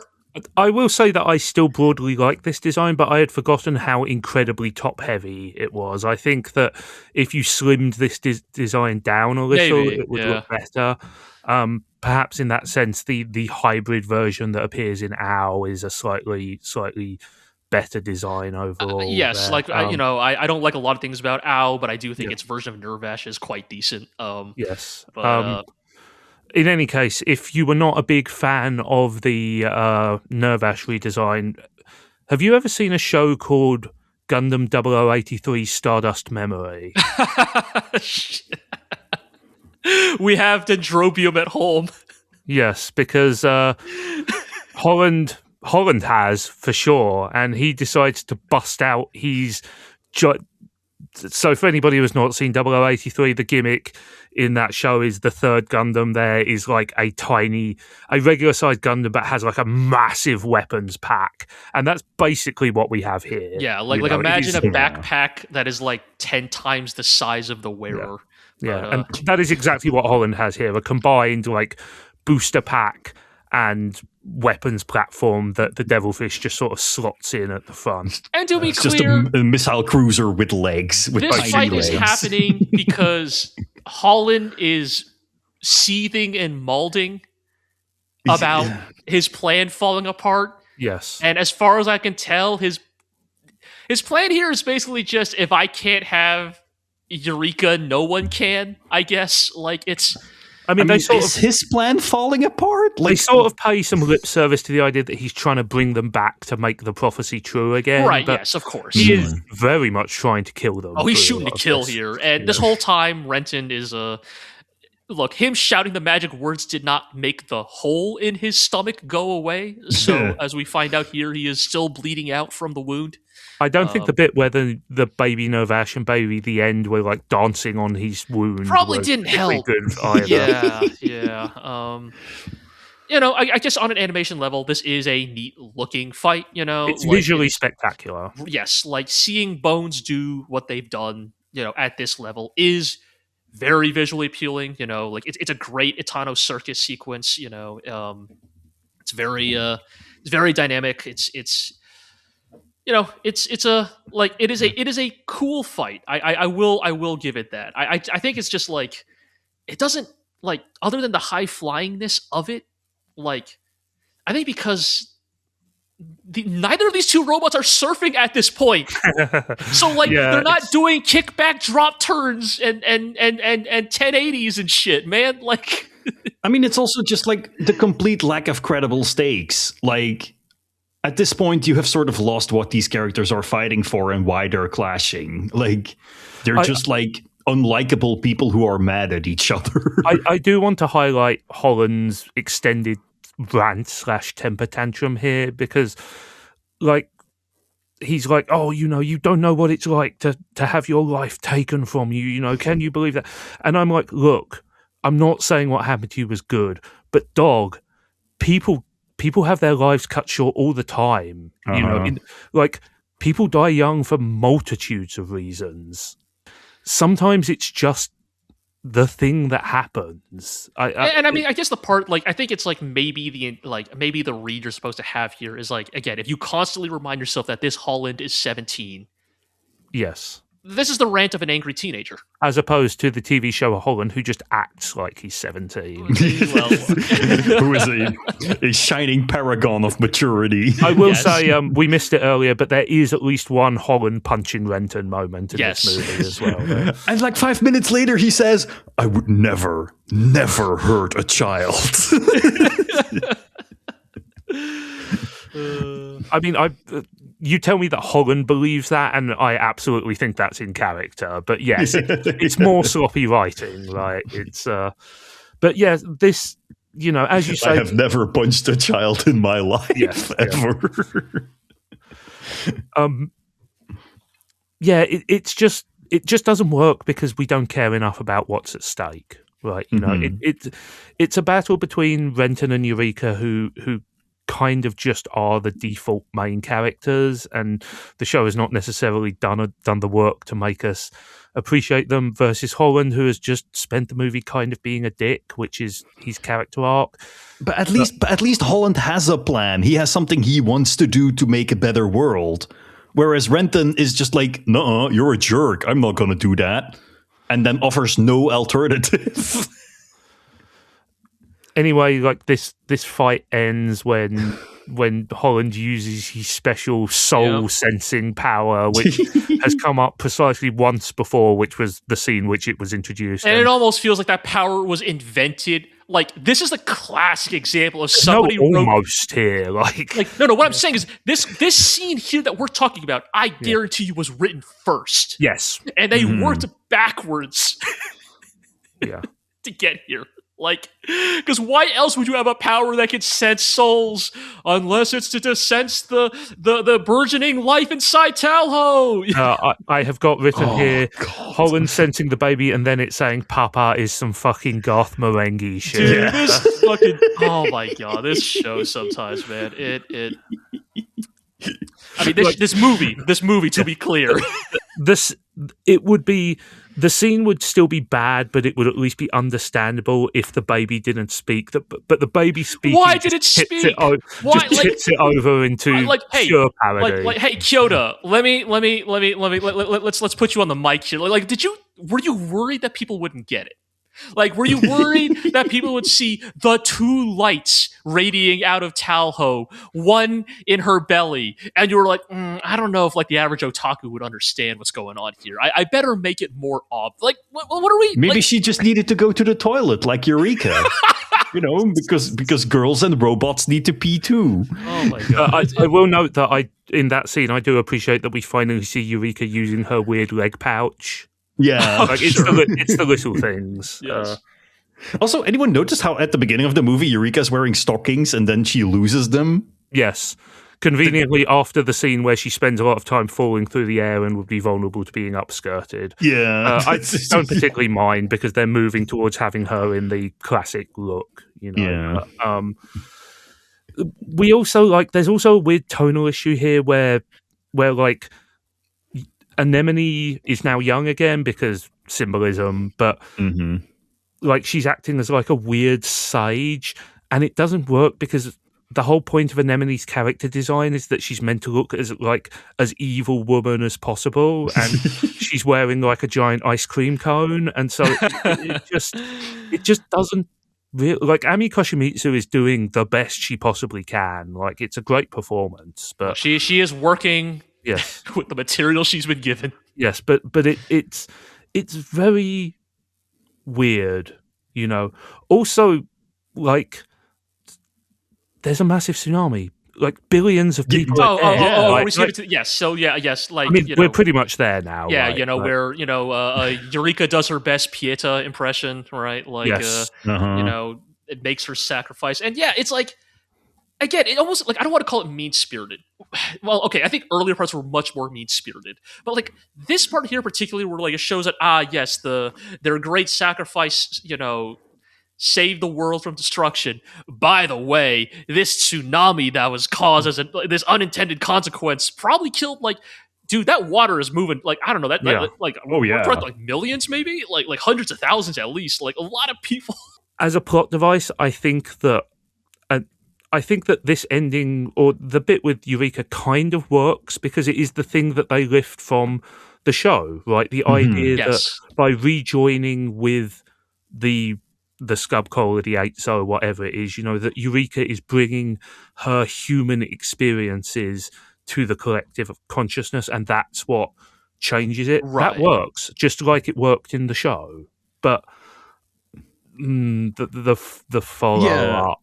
But then there's just, like, millions of people die, but for what? Like, what did they achieve? Like, I guess the Azo are gone, but... I do also want to point out some magnificent Zack Snyder-esque visual imagery here, where they shoot Eureka against a backlight that makes her look like she's got a halo. Just, again, perfect. Just, writers and subtext, etc., etc. So on the nose. Speaking of incredible imagery, there's the giant The End holding naked Dominic and Anemone, and they look like some sort of bizarre shelf ornament or something like that, like like a novelty toilet hole holder or something. It's and let's talk about Eureka. Let's talk about that. Yeah.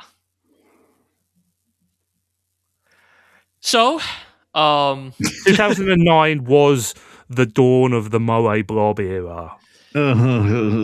So, Renton wakes up, in Warsaw, seemingly healed, and now covered in snow, which I bet is doing great things for the people who live there. Yes, and hey, hooray! Eureka's here too. She made it, guys. Yeah. Her clothes didn't, though. Yeah, no, her clothes didn't. But hey, her hair grew out. That's cool. New hairstyle for Eureka. I mean, look, we got to follow some traditions. Oh, weird. Why is she, like, mewing like an animal? Like, she can't talk. Oh no, we're doing. Oh, it's not amnesia. This is the babyfication amnesia. Yeah. She's a little baby now. But they hit her with the kawaii ugu, right? It's. Bro, but she still loves Renton. Bro, like, if you had to do the, like, Eureka sacrifices her love for Renton to save him, like... No, that's not even what they do, because she clearly still is into him. I know. Yeah, she sacrifices everything but her love. Okay, she sacrifices her memory, right? Isn't that the thing where they talk about how, like, what forms, blah, blah, blah, it's memory. So fine, she sacrifices her memories of Renton, but the love in her heart. Because remember, the head and the heart, as Dominic explained to us, stop thinking with your head, start thinking with your heart, Renton. Like, get your heart in the game, That would be more effective if I believed Renton had ever thought with his head. Yeah, exactly, right? So it's like, okay, if you had to do or Dominic, for that matter. If you had to fucking do the amnesiac reset of Eureka as, like, oh, this is the greatest sacrifice of all. Like, did you also have to like reduce her to a non-verbal like dude, it's Also, she's gonna catch her death. Like, oh yeah, I mean, it's gonna get real bad pneumonia. No, don't worry. Renton gave her his jacket. It's I mean, it's so freaking on the nose, right? Here is your woman trophy, and we removed her ability to speak, and she's now like unconditionally devoted to you, bro. like It's a pet so dog. crazy. Also, she's naked. Like, yeah. Like this is so like, and I know exactly what the director's like. Well, you see, I made Eureka naked because we are all naked when we are born. I know exactly the type of bullshit excuse they would use. She has been reduced to her savage nature. Nice try, reborn as a child. Nice try, anime. I'm onto your games. I've seen this a million times. And like, I'm not going to say that the TV show never sexualized Eureka, of course, but it certainly did not. I mean, the only time we see her naked in that show, she is covered in horrible scab, and it's played for body horror, right? Yes. Mm-hmm. This is just some C tier, like softcore anime bullshit at the end here. You know, like, put a sweater on. Yeah. What the fuck is that metal bird? The what? You know, they point at the metal bird thing that's flying towards them. Is it a ship? I guess it's the ship that comes to like pick them Oh, that up. one. Yeah, I guess it's like, okay, I think that's meant to be like a. Okay, I think that's supposed to be like a Shin Gecko or something, like Kai Gecko Mark II or something. Okay, where did it come from? No, I don't know, but I think the implication is, is this supposed to be? Again, my assumption is, is this supposed to be like the Gecko State crew now that they've learned the error of their ways and they built a new Gecko to come pick them up? I don't know. I don't like the. I mean, but the error of what ways? Like, they destroyed the world. I mean, even if we leave aside the world destroying part and say optimistically that, I don't know, everybody had their inflatable dinghies out that day or something, you know, it's just. I guess they stopped the war against the evil aliens. Well, so I think it's like, I think this is why it gets so confusing, right? Because like, you'd think that the end of this movie is going to be about stopping the laser, but it looks like at the end of the movie it's more like they help the laser extra kill the Azo, like because like Nerve Ash like pierces the core, right? Yes. So like. I guess the implication is that yes, we won, we exterminated the Azo, but Eureka gets to stay behind. So, I mean, like, I think the implication is meant to be that like the laser didn't do anything, but Eureka returning to the 8-So sure, yes, made them non-hostile or something. But the laser still destroyed the world. Yeah, perhaps not as thoroughly as it was intended to, but. It's I mean, like, we've been like complaining about this movie this whole time, but I really feel like it is you know me, especially, we've talked about this on the podcast many times. Yes, endings are important. I am an endings are important guy, right? I will often weigh a show heavier based on the ending. This movie has its problems, right? We've talked about this. We've also said this movie has its interesting moments. We've talked about that as well. This ending is where like it really like solidified for me. I was like, God, just nothing about Eureka 7 other than the TV show is good. It's all that manga. It's all a waste. It's all a waste. It's a net negative for the world. Like, nothing other than the original TV show had to exist.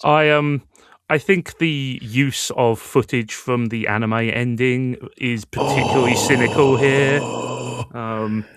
These characters who have not really been a meaningful part of the movie, recycling one of the most important emotional beats of the finale of the show is not great.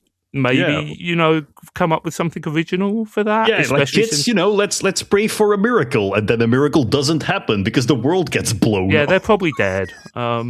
Jesus. Yeah, I think like the thing which outrages me most about this ending is the Eureka stuff, though. I mean, like, yes. it's this movie has not treated her well in general, but just it is so, as you say, G, it is so on the nose to reduce her to this ugu blob who, like, Renton will have to feed and clothe and wife husband all the way.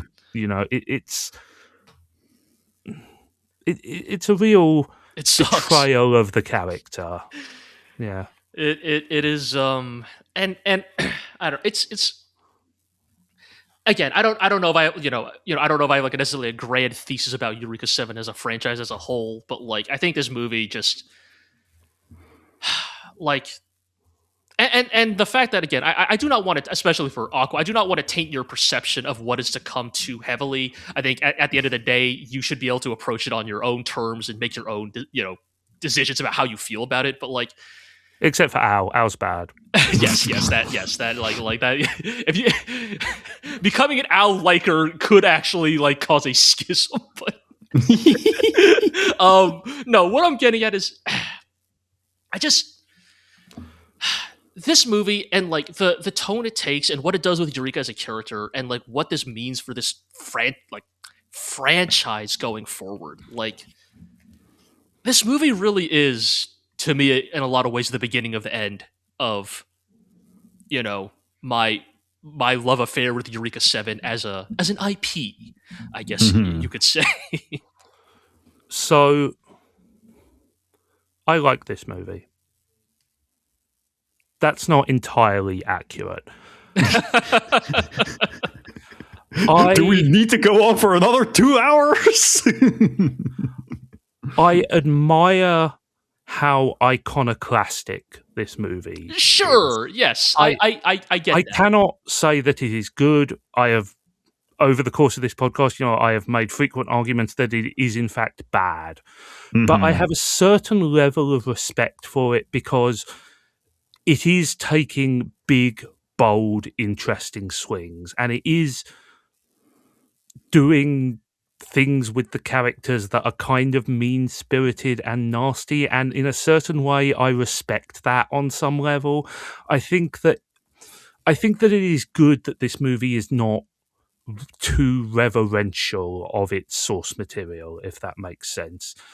And I think if this was where the franchise had ended, it would be easier to write this thing off as like an interesting failed experiment. Does that make sense? No, yes. And this is maybe like in my rant, what I got lost in the sauce of is like much of my opinion of this movie is also informed by the future of Eureka 7.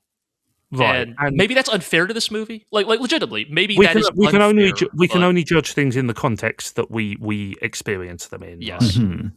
So, like I said, saying that I like it is not entirely accurate. It is too flawed a movie to actually like, but I retain a level of affection for it. I like I said, I think that it is important that we are able to be as disrespectful to our idols as this movie is to the TV series. That might sound odd, and I think it is, but I respect it on that level at least.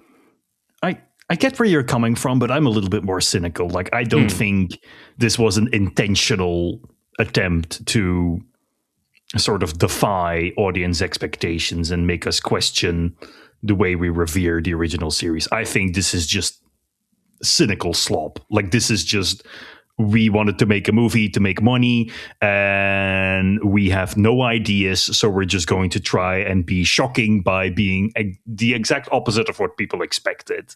I mean, the beautiful thing is we can both be right? After the author and all that. But yes, I don't know. I think that my perspective on it is inevitably skewed by the fact that I originally saw this movie when there was nothing else.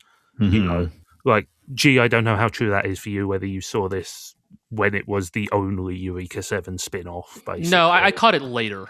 But... Right, okay, yeah. So I originally watched this immediately after I watched the show, so... It's hard, I think that coming back to it for the first time in a long, long time, it is easier than ever to see the problems with it, right? I think, I'm a much better critic than I was when I was like 21 or 22, I hope. it is much easier to see, you know, the cliches that they resorted to, the hacky writing, the bad scene construction, the sort of confusing overall thing. I can't quite write the movie off as worthless. I get that. I do get that because I think this movie again. You know, I think it. Yes, it is more palatable. It is more palatable as a bold experiment. Yes.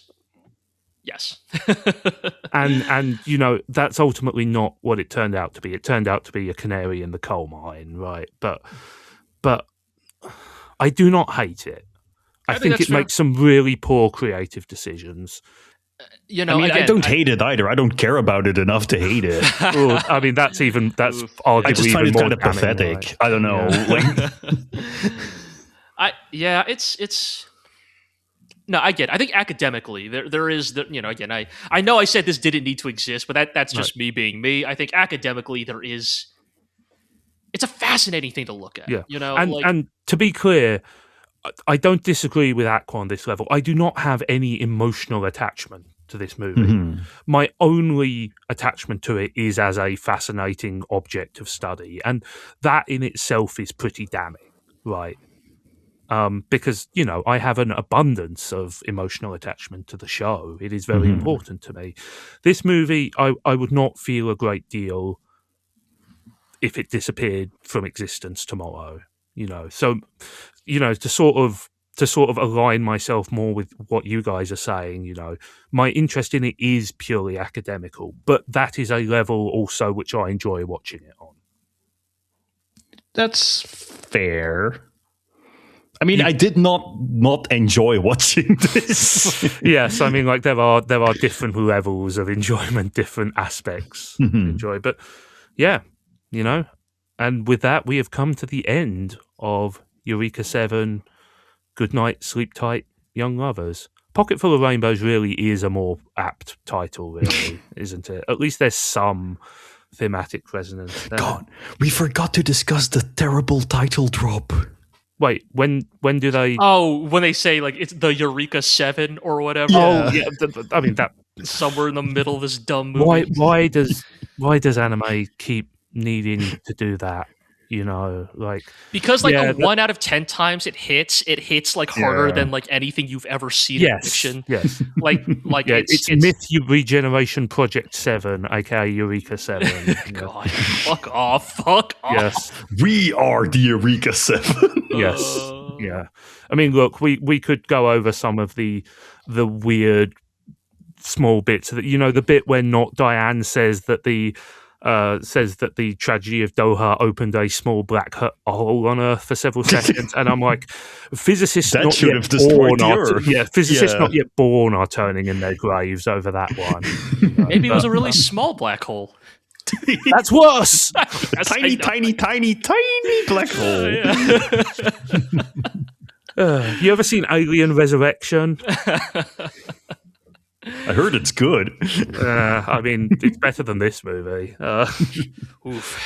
Anyway, yeah, no, that is the end of a marathon through this movie, a podcast that is in fact longer than the movie itself. So well done, guys. Pat yourself on the back for that. So we are not yet done. There is going to be more Eureka 7, no matter how much Aqua might not want to do it. Boy, I am looking forward to even more bold and radical meta reinterpretations of beloved anime series Eureka 7. So, look, man, we gave you the carrot. Now you've got to have the stick. That's how it works. This was the carrot?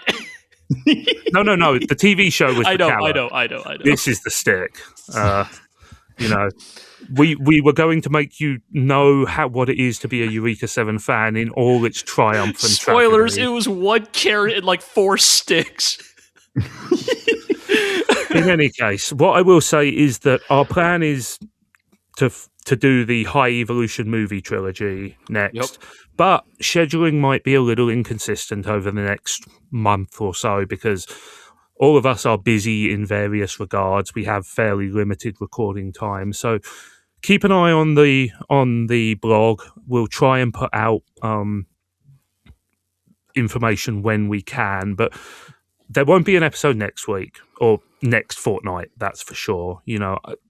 Aquagaze is going to be away for a while. G, you and I might record a sort of fill-in episode. We have to talk about that, see what we can do there. Yeah. But rest assured, the next big project for the blog will be High Evolution 1, the first of the remake trilogy. So that to be done at a date to be determined in the future. So keep an eye on your old RSS feeds or whatever it is the kids use these days to keep track of podcasts. I should really know that. And what it is Apple Music, Spotify, Amazon Music, Podbean, Stitcher, YouTube. You can subscribe to the podcast on all of those sites, ring the bell, leave us a comment, all of that stuff.